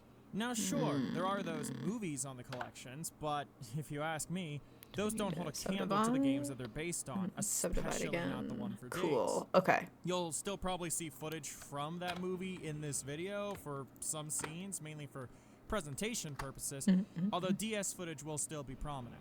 Days is a game that takes place after KH1, during the events of Chain of Memories, and then after the events of Chain of Memories as well, eventually ending right around where KH2 picks up. Although Days is read in with the idea that you've already played through 2, as it was released after it, and KH games, no matter where they stand in terms of story chronology, are basically written to be played in release order. Now we play as Roxas, the fan favorite voiced by Jesse McCartney of Young Justice and correct. Alvin and the You need Chipmunks to fame. play the games For the in one who was release born order. through his entire stint with the Organization 13, giving fans a chance to see a part of his life only peeked into a little bit with his introductory game, the third game in the series, Kingdom Hearts 2. During his time in the organization, he, as well as the other robe-wearing nobodies, will be introduced with a brand new character introduced in that game. The 14th member of Organization 13, who is our main point of discussion for this essay, Shion.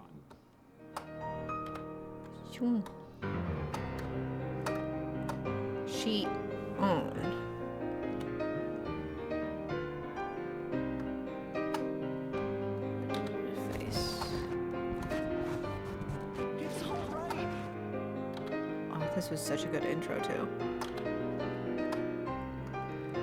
One thing about editing though is that like you do tend to notice when like people have found the same like assets that you do sometimes.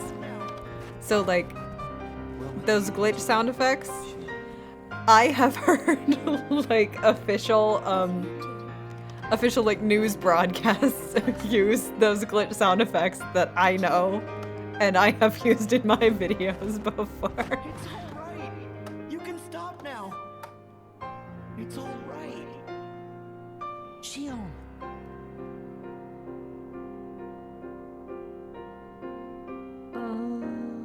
What else do I need?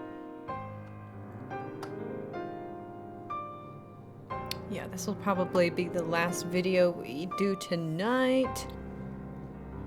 It's exciting that we're ending tonight off on a high note. Shion is a nobody, which goes without saying as she's a member of Organization 13. But Shion isn't your typical nobody, nor a typical member of the organization. She lacks a throne in the meeting room for a reason, after all. Shion was created by the organization's resident creepy mad scientist and secret amiibo collector Vexen, as opposed to being created naturally through the process of someone losing their heart and forging a nobody as a result. She's essentially a backup plan for the organization if they find Roxas and Sora unusable for their plans. There's something tragic there already, since Roxas was created when Sora freed Kyrie's heart from his own back in KH1, i.e. Roxas was created out of an act of love. Meanwhile, Xion was created from a quote-unquote necessity, a much colder meaning behind her birth. This video also had very good editing in it. Lots of good sound cues, like you just Now, saw. over the course of days, she grows close to Roxas and Axel, becoming the third member of their little trio. Within their time in the organization, they do missions day after day that play into their grander goals of the group, all while their bonds grow stronger. Also, during the course of this game, we learn more about Xion and, more importantly for this essay specifically, how the people around her perceive her, and how that affects her. Because you see, this isn't a regular character analysis. Oh, no, no, no! This is a queer analysis, and it's starting right now.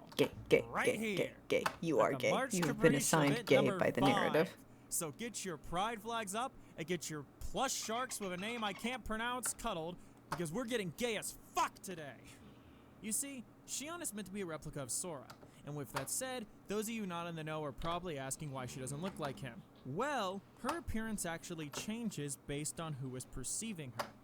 This is at least the case during the events of Days. How others see her affect how they view her, with someone like Sayax never seeing her past the hooded puppet she was first presented to the player as, due to him never seeing her as anything more than a tool, or Xigbar perceiving her as Ventus, which, funnily enough, is something Xigbar vocally admits he doesn't even really understand. That helps show that it's not all malicious, though it does show that most of the organization doesn't actually care to get to know Xion or who she really is. Roxas is the first person to see Xion as, well, Xion. There's an implication due to this that Xion's emo Kyrie appearance is her true appearance, as Roxas is Sora's nobody, and thus he's most literally connected to Xion of the organization, what with both being directly connected to Sora. It's also worth noting that the game, early on, illustrates this in a scene where Axel and Roxas are on the clock tower with Xion.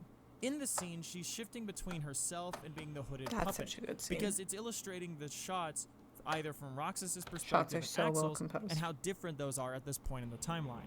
Axel doesn't even see Xion having a face until day 74, and according to his secret report from that day, it wasn't entirely how we saw her at first, either. Honestly, I never got why Roxas was so crazy about Xion. I know they both joined up around the same time, and they're both rookies. Mr. Dub also got really great people to voice the characters.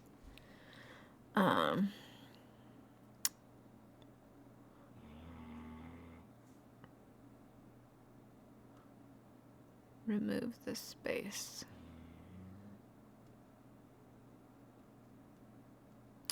Do I have to go into this from my own?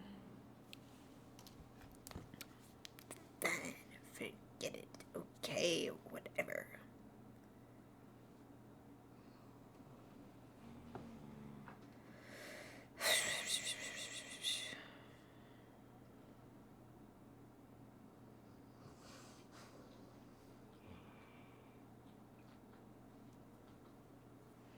Should be able to.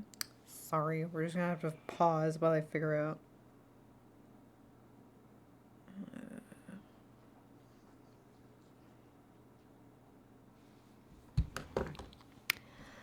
I got, what does this mean? Okay. I'm gonna have to, okay, here. I got it. Don't worry about nothing. Do not worry, ooh. Don't worry about nothing. Okay. Don't worry about it. Everything's fine. Freak.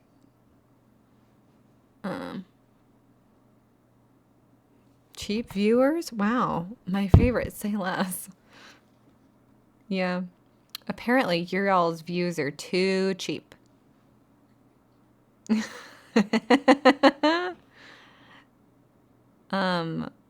Okay. Yes. Ugh. Oof. Okay, fine. I'm full screening this. You. Ban. Yes, I've done it. I've banned one bot. Hup. Okay. Okay. Let's continue. But how do you get close to someone who hides their face all the time? But yes, good work. Good work. Well, I saw it today. All of a sudden, number 14 up and takes off her hood. Shion is a girl, and she looks just like Nami. It's interesting that Axel's first point of comparison when seeing a face for Shion was Namine. Now naturally, Shion looks like Kairi with black hair because Sora's memories of Kairi are exceptionally strong, and that includes when Shion was created. But Axel has more of a personal connection with Namine than he does Kairi, at this point in the timeline anyway. As we see later on, he ends up growing a bond with Kairi as well. The thing I'd like to highlight more is that Axel didn't clock that Shion was even a girl until day 74. And some of you watching may find that particularly odd. But remember, Shion's appearance is dependent on who is looking at her.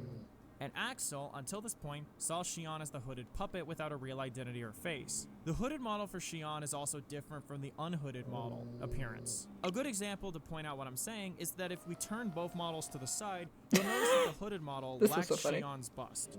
Now I know it might be an odd thing to point out. Computer enhance. And using DS models means it's not the most obvious thing in the world. But I can assure you, her puppet appearance lacks defining traits such as that.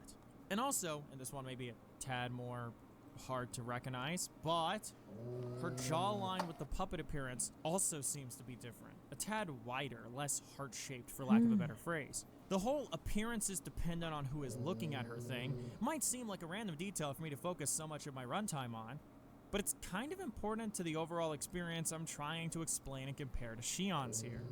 The people around Shion, the people she has to see every day, don't all see her as her. Most of them don't, in fact. Their perception of her is entirely based on their own preconceived ideas of who and what she is, even as she's discovering herself and her identity. People like Sayax and Xemnas refuse to see her as anything Could try other to than a puppet. recreate this fully They can't in see a person 3D. there. All they see is something. In the But I reports, wonder if that would Sayax make writes, too many he vertices, and always I've already refers said this, to her haven't I? As it or its, rather than with her proper pronouns of I she, think her. this is What's the interesting best is way in the report to for day go. 255, Xemnas notes So, this but fact we and will points out add how just Sayax a only sees little her as bit, puppet. a little Meanwhile, bit he has of- been seeing her as a copy of Sora physically. Shion's appearance should vary based on the relation of the viewer to her. Sayax sees her simply as a puppet. The program approaches completion. Through Roxas, Shion is assembling a copy of the hero of the Keyblade. As proof, she sometimes appears to take on his form. Cool, okay. To my eyes. Xemnas is fully aware of this fact and even calls Shion she in this report, despite getting onto Azaldan for referring to her as such when it's revealed to everyone that she was a puppet. So for what it's worth, he's not super consistent with the misgendering, at least not as much as Sayax is, but it's still bad because he's consistently dehumanizing her and disrespecting her identity. I bring up all this talk of perception because reading her story the way I do, I feel like it reflects what it's like to live as a trans woman surrounded by people who just don't know or even respect you. Roxas and Axel, after they become friends with Shion and get to know her more, actually see her for who she truly is. But the rest of the organization never really tried to get to know her. Most of them aren't even really malicious about it. Like Dimix, who just sort of sees Shion as another person but doesn't really bother to get to know her. Meanwhile, people like Sayax and Xemnas are far less kind to the girl or her identity. And what's f***ed up about it is how Sayax quite literally sees his distaste and mistreat of Shion as justified because she isn't real like him or Axel. When Axel demands he be straight with him and tell him what Shion's quote-unquote deal He is could never on be day straight with him. 172, Sayax first calls out his hypocrisy on the whole thing, as Axel is never 100% straight with him, to the surprise of no one, and then states that Shion has no right to be among them, and when questioned why not by Axel, Sayax and we're gets gonna- snippy and questions what he and Roxas even see in that thing, before stating, just look at it. Okay, so maybe, just maybe, at this point, some viewers may be picking up on what comparison I'm about to make here, but Sayax's actions and attitude towards Shion consistently mirrors similar ones often exhibited by transphobes against trans people. When questioned why he's so hateful to her, his only response is to question why anyone would see any sort of value in someone like her, and spits out his "just look at it," which, by the way, is a sentence that includes his signature misgendering of Shion as well. Like, the comparisons are there. He sounds like a hateful bigot saying that there's no need for him to explain why he feels the way he does, because if you just look at her, if you just look at that thing, quote unquote, you'll understand exactly how he feels. And I think what's interesting about Sayax's bigotry, specifically, is how it's motivated by bias. Not just a bias against Shion, because she's quote unquote not a real nobody, and simply a replica, but also due to his own jealousy towards her. He's not particularly nice to Roxas either, and I imagine it's for similar reasons. But he's really hateful towards Shion, and it's because of what she is. Despite being a nobody, a being that the organization themselves often describe as people that shouldn't exist, and yet Shion's existence is somehow still lesser to him. He doesn't see her as a real person because she's a replica, and Axel fell into this trap at one point as well, in a less outwardly hateful way. Even if Shion is a replica, a puppet, she's still Shion. I understand that in my head, but how do I interact with her now?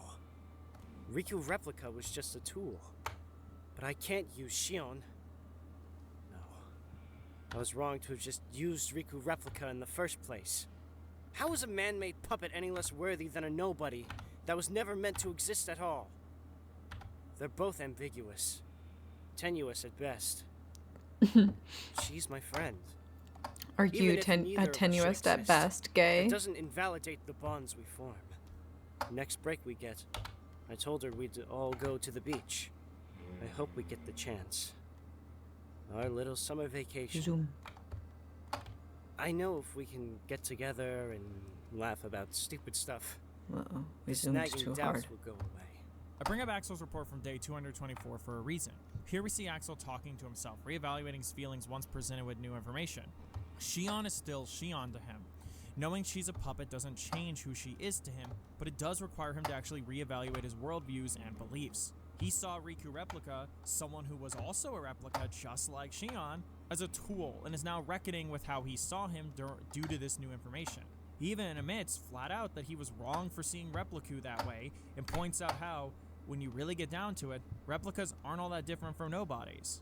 Axel decides that even if he and Shion quote-unquote shouldn't exist, which is a false idea fed to them by the environments they live in, and is argued against by not only this game's story, but other games in the series as well, because they do exist, and their bonds with one another exist as well. They're both just as valid as somebodies.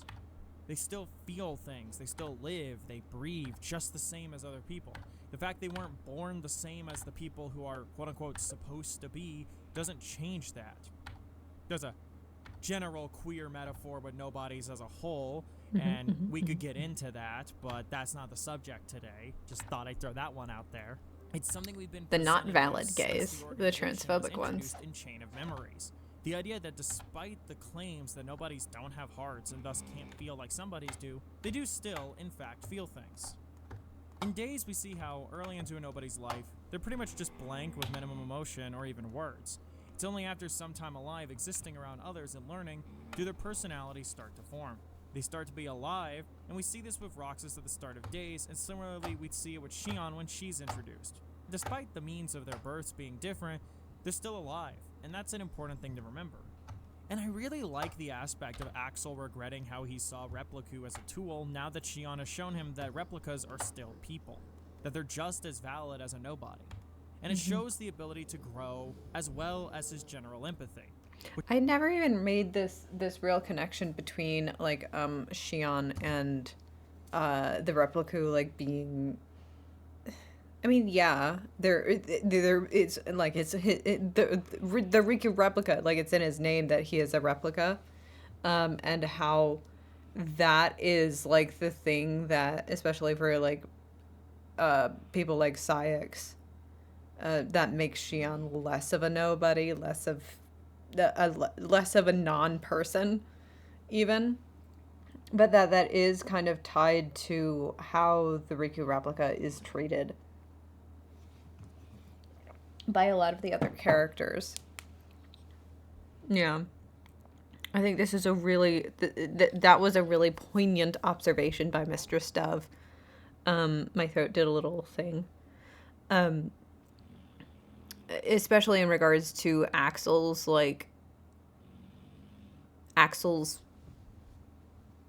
character development in regards to Shion and treating her like more of a person. That was really good. It's a really good part of this video. Which is a human emotion.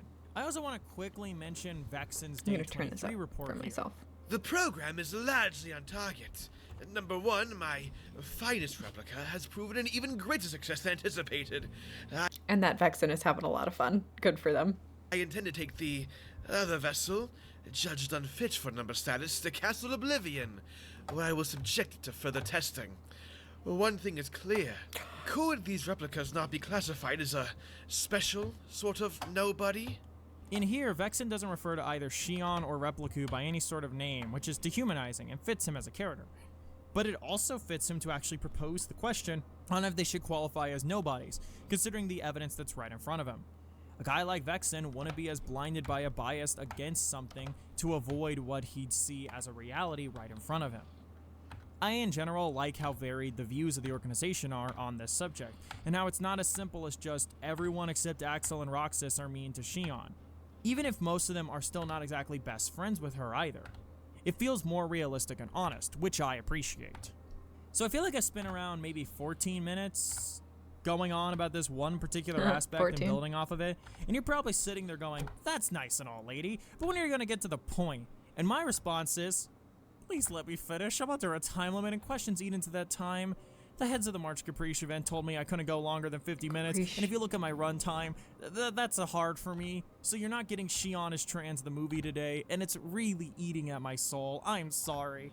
But yes, this one point about how the people around Shion feel about her and how they perceive her, how their own existing biases and prejudices regarding what she is affect how they view her, it's a very real experience.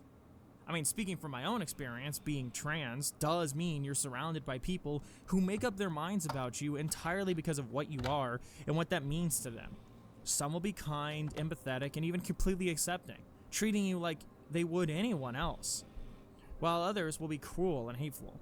Some will be kind to your face and be civil, but talk about you like you aren't even human when you aren't around, and I find those hurt more than the people that are just openly hateful to your face. When it's revealed to the entire organization that Shion's a puppet, everyone reacts differently. This is where Xemnas does the thing of interrupting Zaldan when he calls Shion by her proper pronouns to insist that, quote-unquote, she's an it. He strips her of her identity, what makes her her. The transphobia in conjunction with the squeaky noise.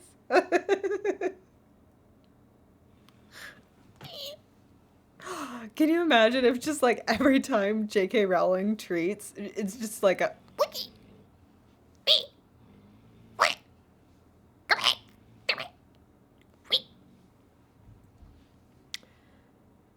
stupid bitch. on asexual words, fancy shag. British people shouldn't be allowed to exist. British people should be sequestered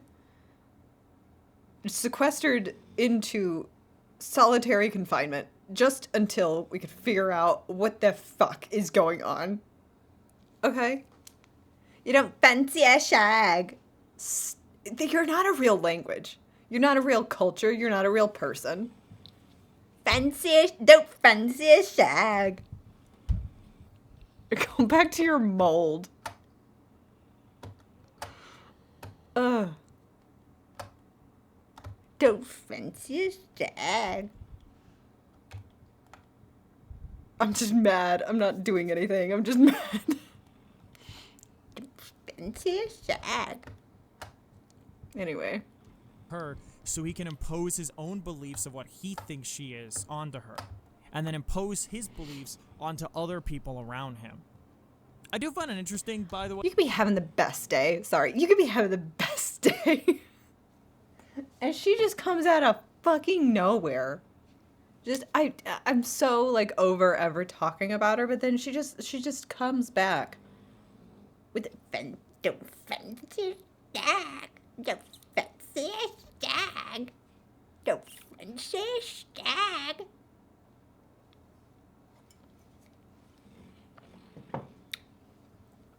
I don't want to talk about her. I don't want to talk about her. I don't want to talk about her. And then don't fence that. She must be licking the mold off of her walls at this point. That in the scene, Zaldin continues to refer her to... I'm sorry, I'm complaining about Joanne Rowling. Sorry, Lance. You come back, I'm just going...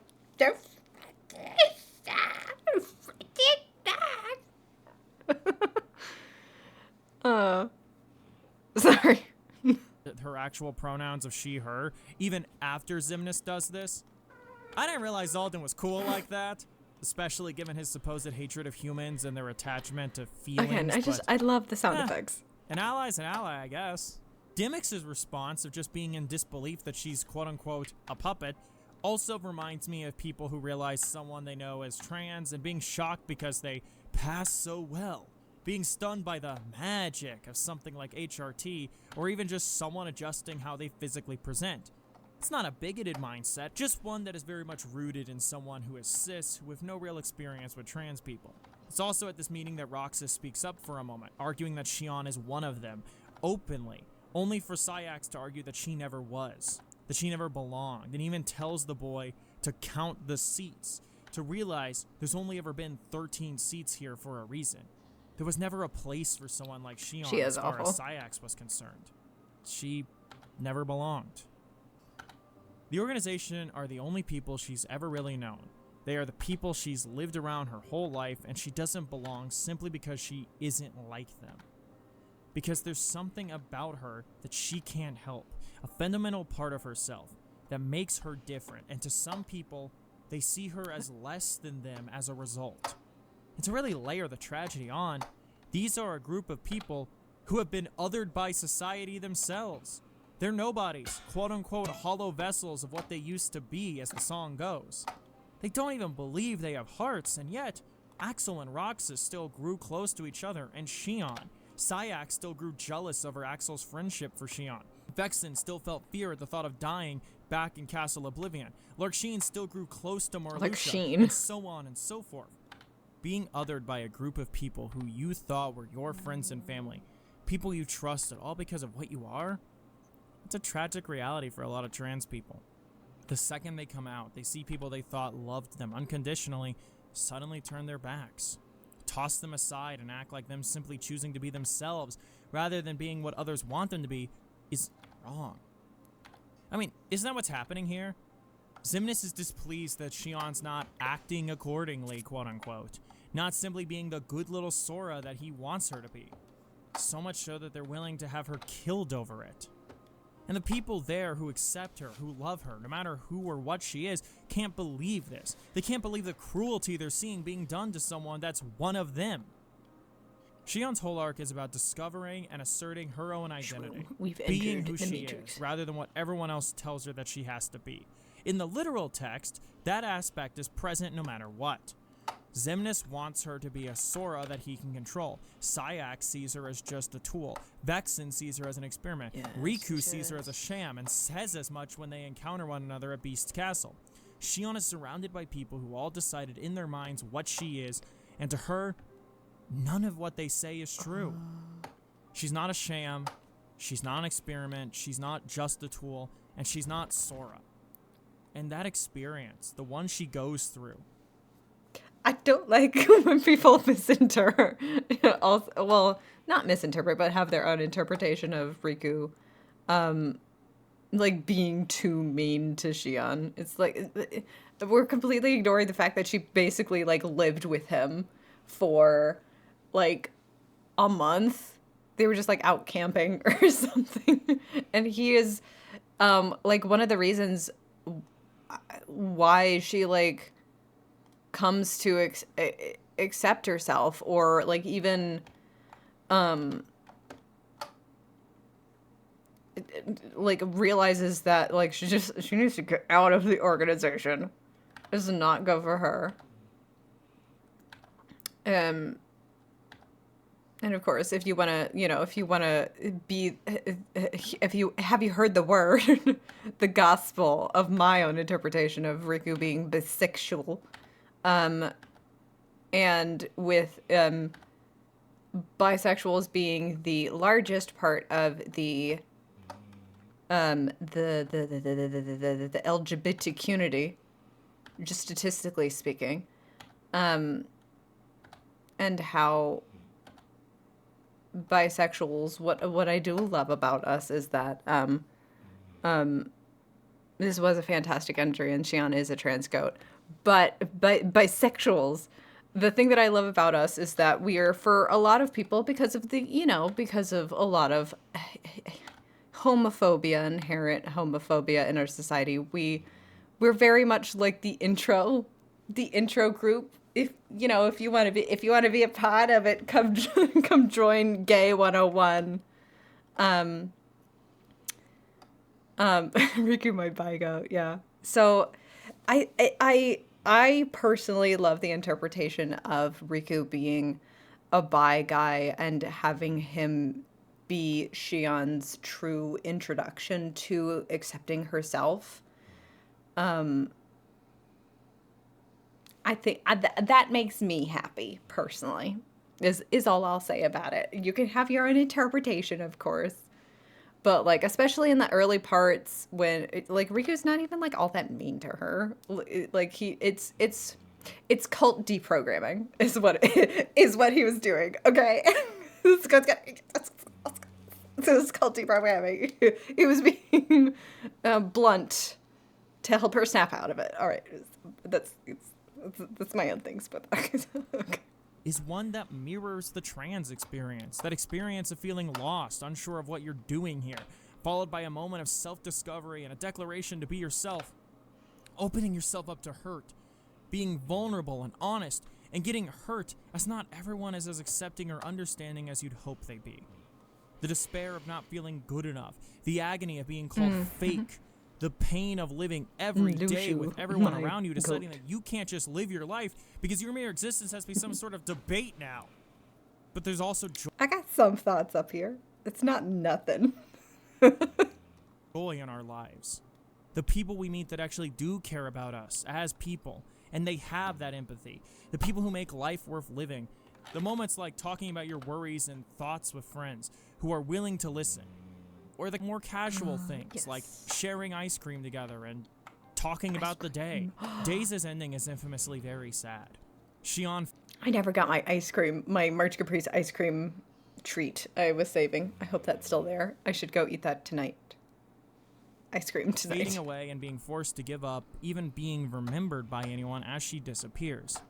What makes it sadder is, Xion made this choice. She chose to reassimilate into Sora in hopes of slowing down Xemnas' plan at the cost of her own life. And when you remember that Xemnas saw her as a copy of Sora, her assimilating back into him despite not being him, despite being her own person, is tragic. And to add on to that tragedy by bringing up my own personal reading of the character and her story, it reminds me of a trans person deciding to return back to the closet because it's quote-unquote easier for everyone. And sure, she has Sora's memories, but that's not who she is. And having to just upend her whole life and give it up, that sucks. I mean, I know the analogy's not a perfect match, but the tragedy of Xion giving up her own existence No. It is a perfect match. It is a perfect match. For the sake of others does call it to mind. At least it calls it to my mind. Especially since the series spends later games hammering in how wrong it is for someone to give up their own personhood for the sake of other people. To give up your own identity, your own existence, your own being.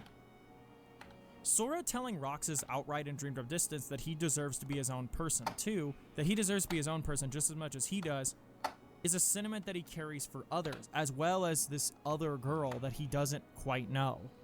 When she's part of the organization in KH3, being brought back as a tool for the real Organization 13, but being a version of her... And Kairi is the first person to see her as a girl when she does come back. ...self with no sense of self, it's honestly kind of morbid. She's like this hollow shell of herself, going along with what others want her to do.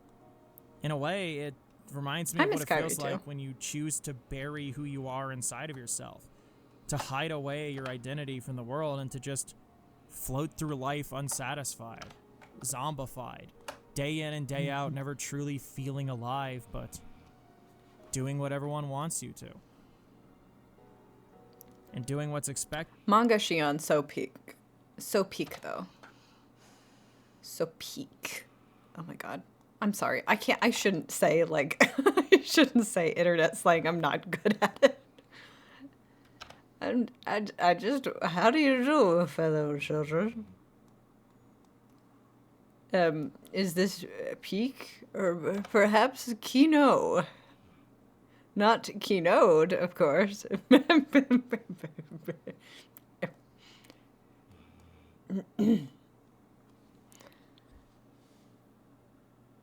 OMG, Kari. I miss Kari. Because it's what everyone wants.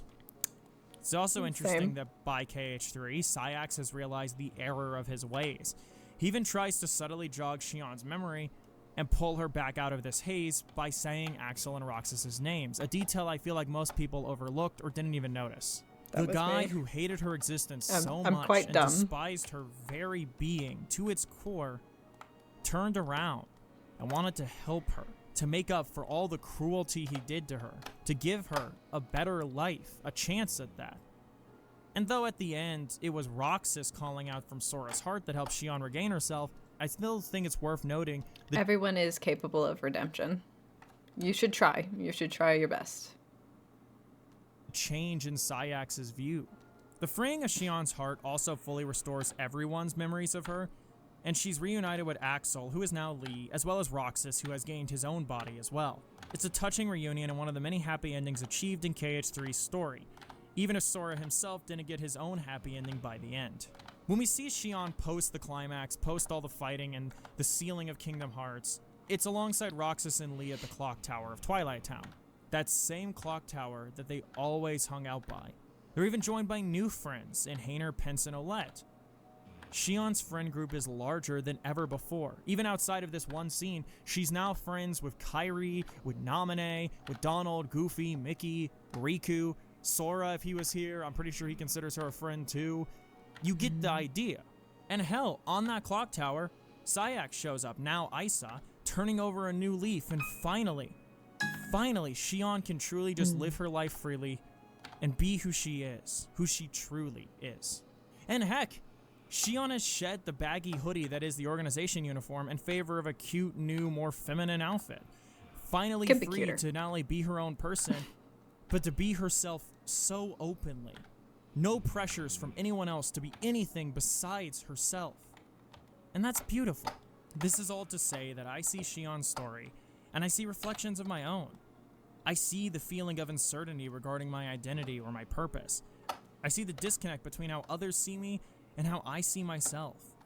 I see the struggle of realizing people I had known my whole life didn't love me the way they said they did, and rejecting me simply because they couldn't accept me for who I was.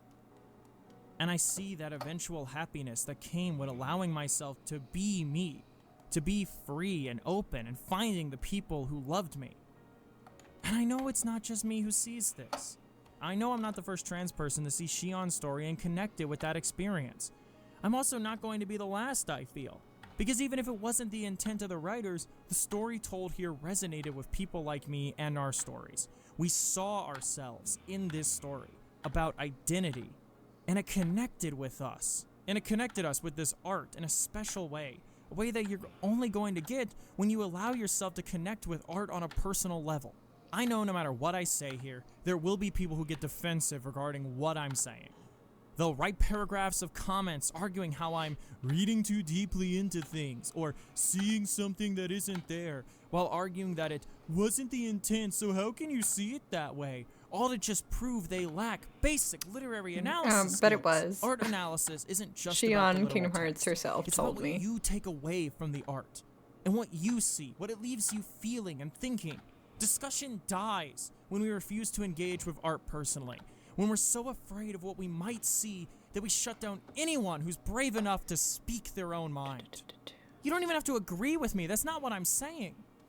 But I'm asking to at least be heard and respected and allowed that space. Because queer analysis of art that isn't explicitly queer is valid. Explicitly. Be something people Sorry. are afraid to share, or some Explicitly. uphill battle, or if it's done outside of queer Explicitly. spaces, you get all of this pushback from people who can't handle another point of view from a way of life that isn't theirs. Me seeing Shion as a trans allegory isn't the only queer reading of KH that I've seen. I've seen people talk about their own personal views of several aspects and characters, such as the people who see Riku as a gay man and discuss that idea at length, making their own analogy and comparisons between his story and feelings and their own experiences. People seeing their stories reflected in these pieces of art, and I think that's beautiful. If you remember the Kyrie video I did, you'll recall me talking at length about how much her story and character resonated with me.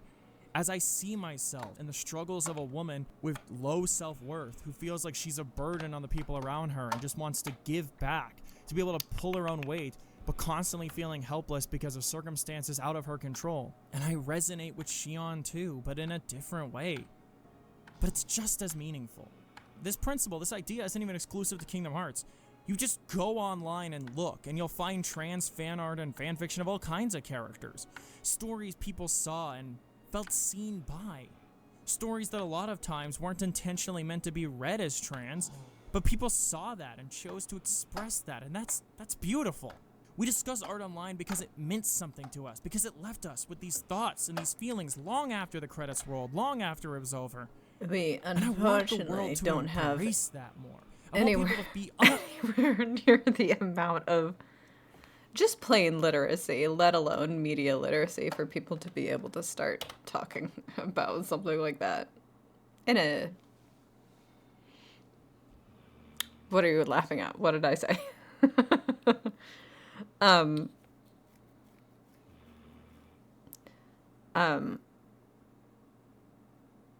hate Kingdom Hearts fans. This is what I was that's what I was meaning to get to. Yeah. Especially like conservatives and bigots, they need to learn how to read first before they can even learn how to read media and have a real human connection with them. One might argue that they actually need to be people first. afraid to be themselves, to see themselves in art, even if it wasn't the author's intent, and to share that meaning with the world. Because art isn't made in a vacuum, nor is it experienced in one. We all put ourselves into what we make, and we also put ourselves into the art we experience as well. Our beliefs and experiences, who we are and where we've been, they shape our analysis, they shape our views. And yes, that includes queer experiences. There's a habit online to reject queer readings of art that isn't explicitly maybe queer, even less to than question nobody's. it, and to ask the people who provide those readings to justify it a Heartless. million times in a million different ways. In many ways. Because society views straight as quote-unquote we the said the same thing. default. It's why you get the, oh, they're not gay arguments when presenting an Achillean or Sapphic ship that isn't canon, or why I'm writing this defense preemptively because I know I'm going to get pushback for even sharing my personal perspective on Shion's story and how I relate to the trans experience that I see reflected in it. I shouldn't have to do this. I should just be able to present my thesis and my reasoning behind it without having to also worry that people will get mad at me for it. Something I've always strived for when making videos is that I want to share my perspective on things, to put out my own truth and analysis. I want to give people a different angle to approach something and to discuss things that mean something to me. And this means something to me because it's my life. I'm 26 and I've been openly trans for over a decade at this point. I've been on HRT since September of last year. Being trans isn't my whole personality, sure, but it's a constant part of who I am. And thus, that will bleed into my perspective. And that means I'm going to see these themes and these stories that reflect that perspective, even if it's not intentional, and I'm going to resonate with that connection. Duh. And I want to share that resonance the same way I've been sharing my feelings on art in general. And maybe, just maybe, someone will see this video and feel seen by it. Because like Shion, if there's one thing I strive to do every day, it's to be myself and embrace who I am in a world that seems dead set on fighting against me. And I hope I inspired you to do the same. May your heart be a guiding key.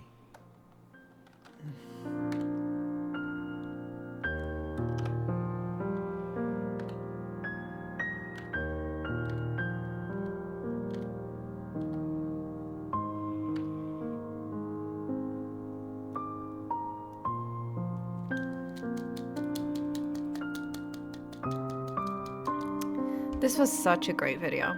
And it as Sunny says, fantastic video, great message, passionate script.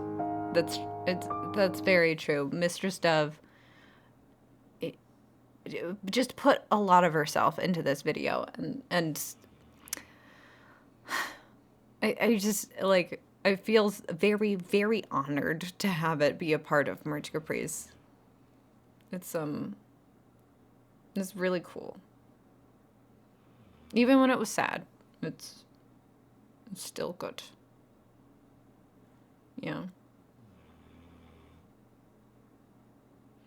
Ooh. Editor's note, this video was very personal to Dove and I, and once again had a pleasure editing for her again, and I'm very happy with how it turned out. Oh, so this person, this Wally Reviews, they did amazing work with the editing. I loved the Happy Merch Caprice. Happy Merch Caprice, guys. Those are, yeah. It did need to be made.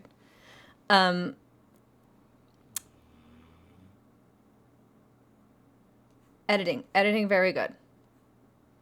Especially the opening AMV was so good. Oh my gosh. They did amazing.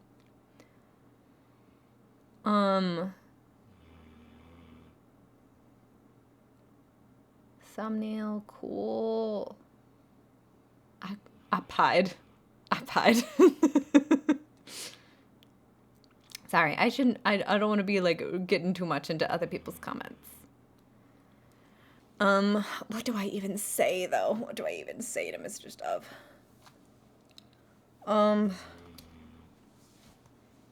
What did PJ say? When this reading of Shion started hitting the fandom, it really changed my perspective on the character, and I appreciate her so much more now. Yeah, Shion, PJ was a Shion hater. Go boo him. He used to be a Shion hater. Before trans Shion made the rounds. What do we say? What do we even say? Can I steal your comment? I'm gonna steal your comment about it needing to be made, maybe.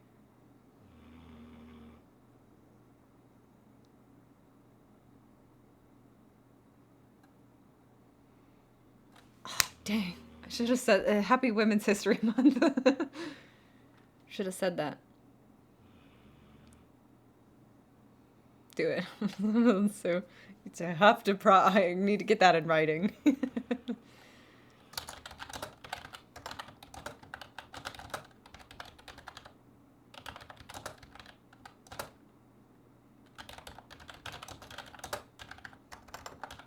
Needed to be made.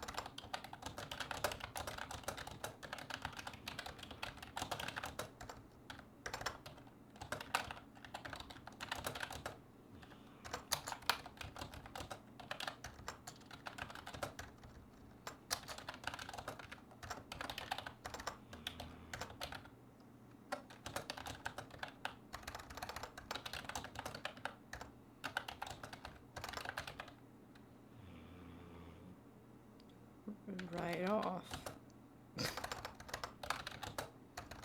Right dash off? Is that what right off is?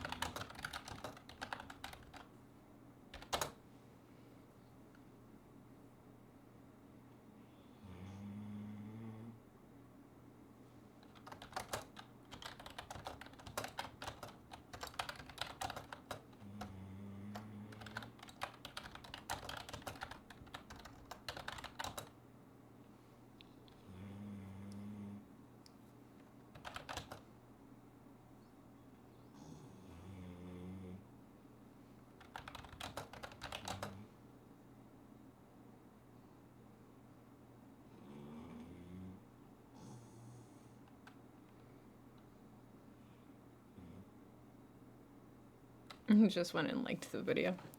Hey, that's why we do this. That's why we do this. We go back through March Caprice stuff just so we make sure that there's no likes, there's no subscribes, there's no comments, there's no nothing that we're missing, because these people, March Caprice people deserve it. You know what I mean?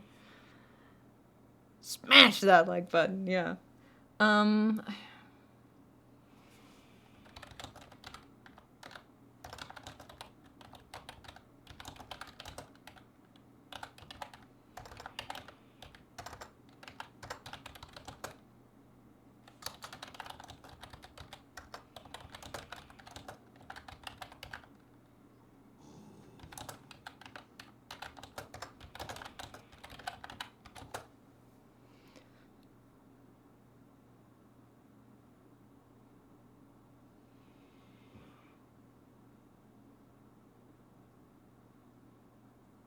I hope this doesn't come off as just like preachy and like too many words. Just too many words for a comment, but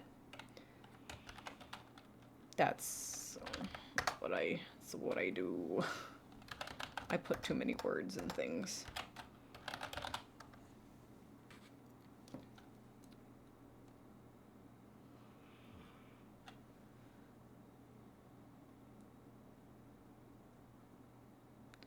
And I'm gonna do the March Caprice. The March Caprice.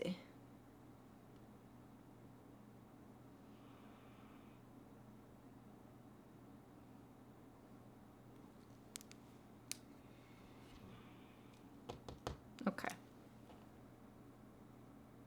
Yes. Like and subscribe. Okay. So we did some good work today. And we watched a couple of March Caprice videos. We'll probably be back at it again. Hopefully tomorrow at some point. And I think I might finish just like outlining this, but let me see. I need to figure out how to raid people.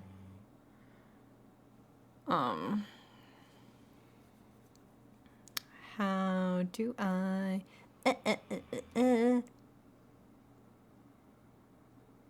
Ooh, the Radiant Gardeners. Oh, and Guides is live too. Okay. Oh, speaking of guides, I'm gonna make sure to plug. I'm gonna plug MDAs. Google doesn't know my niche interests. Oh my god. Reconnect. Remember that Reconnect is happening in 10 days. Let me do this. We saved this, right? Let's save it again. But we're going to, do we do this? Hi, Pink Blue! Ah. Okay, how do we, okay. And we'll bring this over here just so we can see everything that we're doing. Remember that Reconnect is happening in under 100 days. You can still get your event badges. And that the Million Dreams Awards are open. If you have anybody else that you would like to nominate, March Caprice has so many cool people that should be nominated amongst multiple different categories. You can submit more than one person per category. You know, there's really no limit. You should be submitting for all of you people. This is just the nomination process, right? Not even the voting process yet. So make sure that you are filling those out for people. I still need to do it, but I will definitely, we'll definitely do that. And you should too. Do you all want to sit around while I watch how to raid people for the first time? How to raid on Twitch. To start a raid, type raid followed by the name of the channel you wish to raid. You type raid, which presents. If you aren't sure who to raid, you could easily preview such as. Okay. So I'm going to potentially attempt to raid people.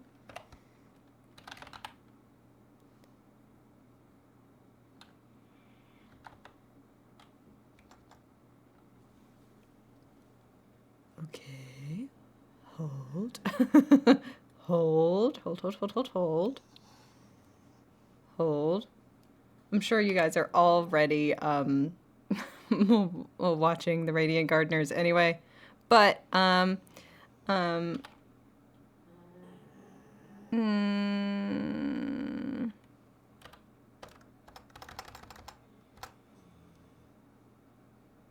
hopefully this works and I'm not being big dumb. But yeah, I'm gonna send you guys over to Radiant Gardeners. I don't want to like talk about, you know, other people's issues. They can talk about that themselves. But Nicole did share something today, and you know, my thoughts are with her and with Nick as well. It's so tough. Health stuff is so tough. So I hope everybody's taking care of themselves. And they enjoy their stream. Let's see if I did this right. Let me do this and we'll see if I did this right. I should probably spell raid correctly. No matches. Awesome. Good night, everybody. Let's see if it works. Freak! Do I have to put a space or something? Okay. / raid. Oh, and do it.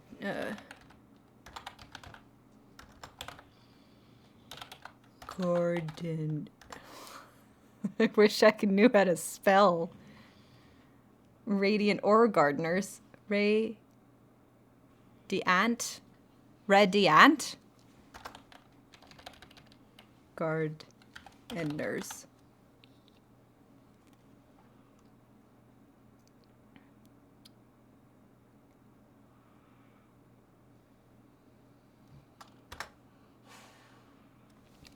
Freak. Freak. What does that mean?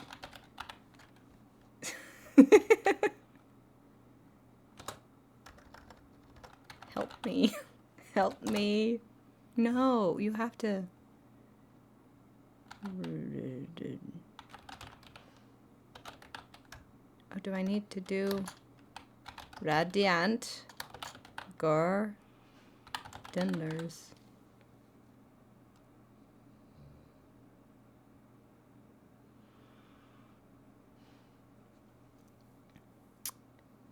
They're continuing on with their cool controller split thing, and they're doing the Hades Cup, I think. All the Olympus Cups, so yeah. Oh, I think maybe it worked. No, it didn't. Fuck. I don't know anything. Should I just type their freaking... Should I just type it? Just click on this. Click on this and go. Click it. Just do it. Go. I'm so stupid. I'm so dumb. Do I need to do the clip? Anyway, I hope this works. I'm too stupid. I'm way too stupid.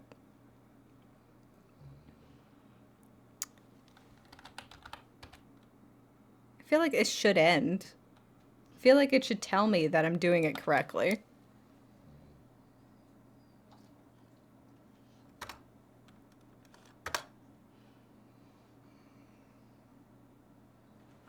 Thank you for staying in, Lance. Alright, I think if that didn't work, please just click the link. Please just click the link and go to that, please. I'm so stupid and I'm so sorry. I'll learn how to do this better at some point, maybe. You know. But have a great night. Happy March, Caprice.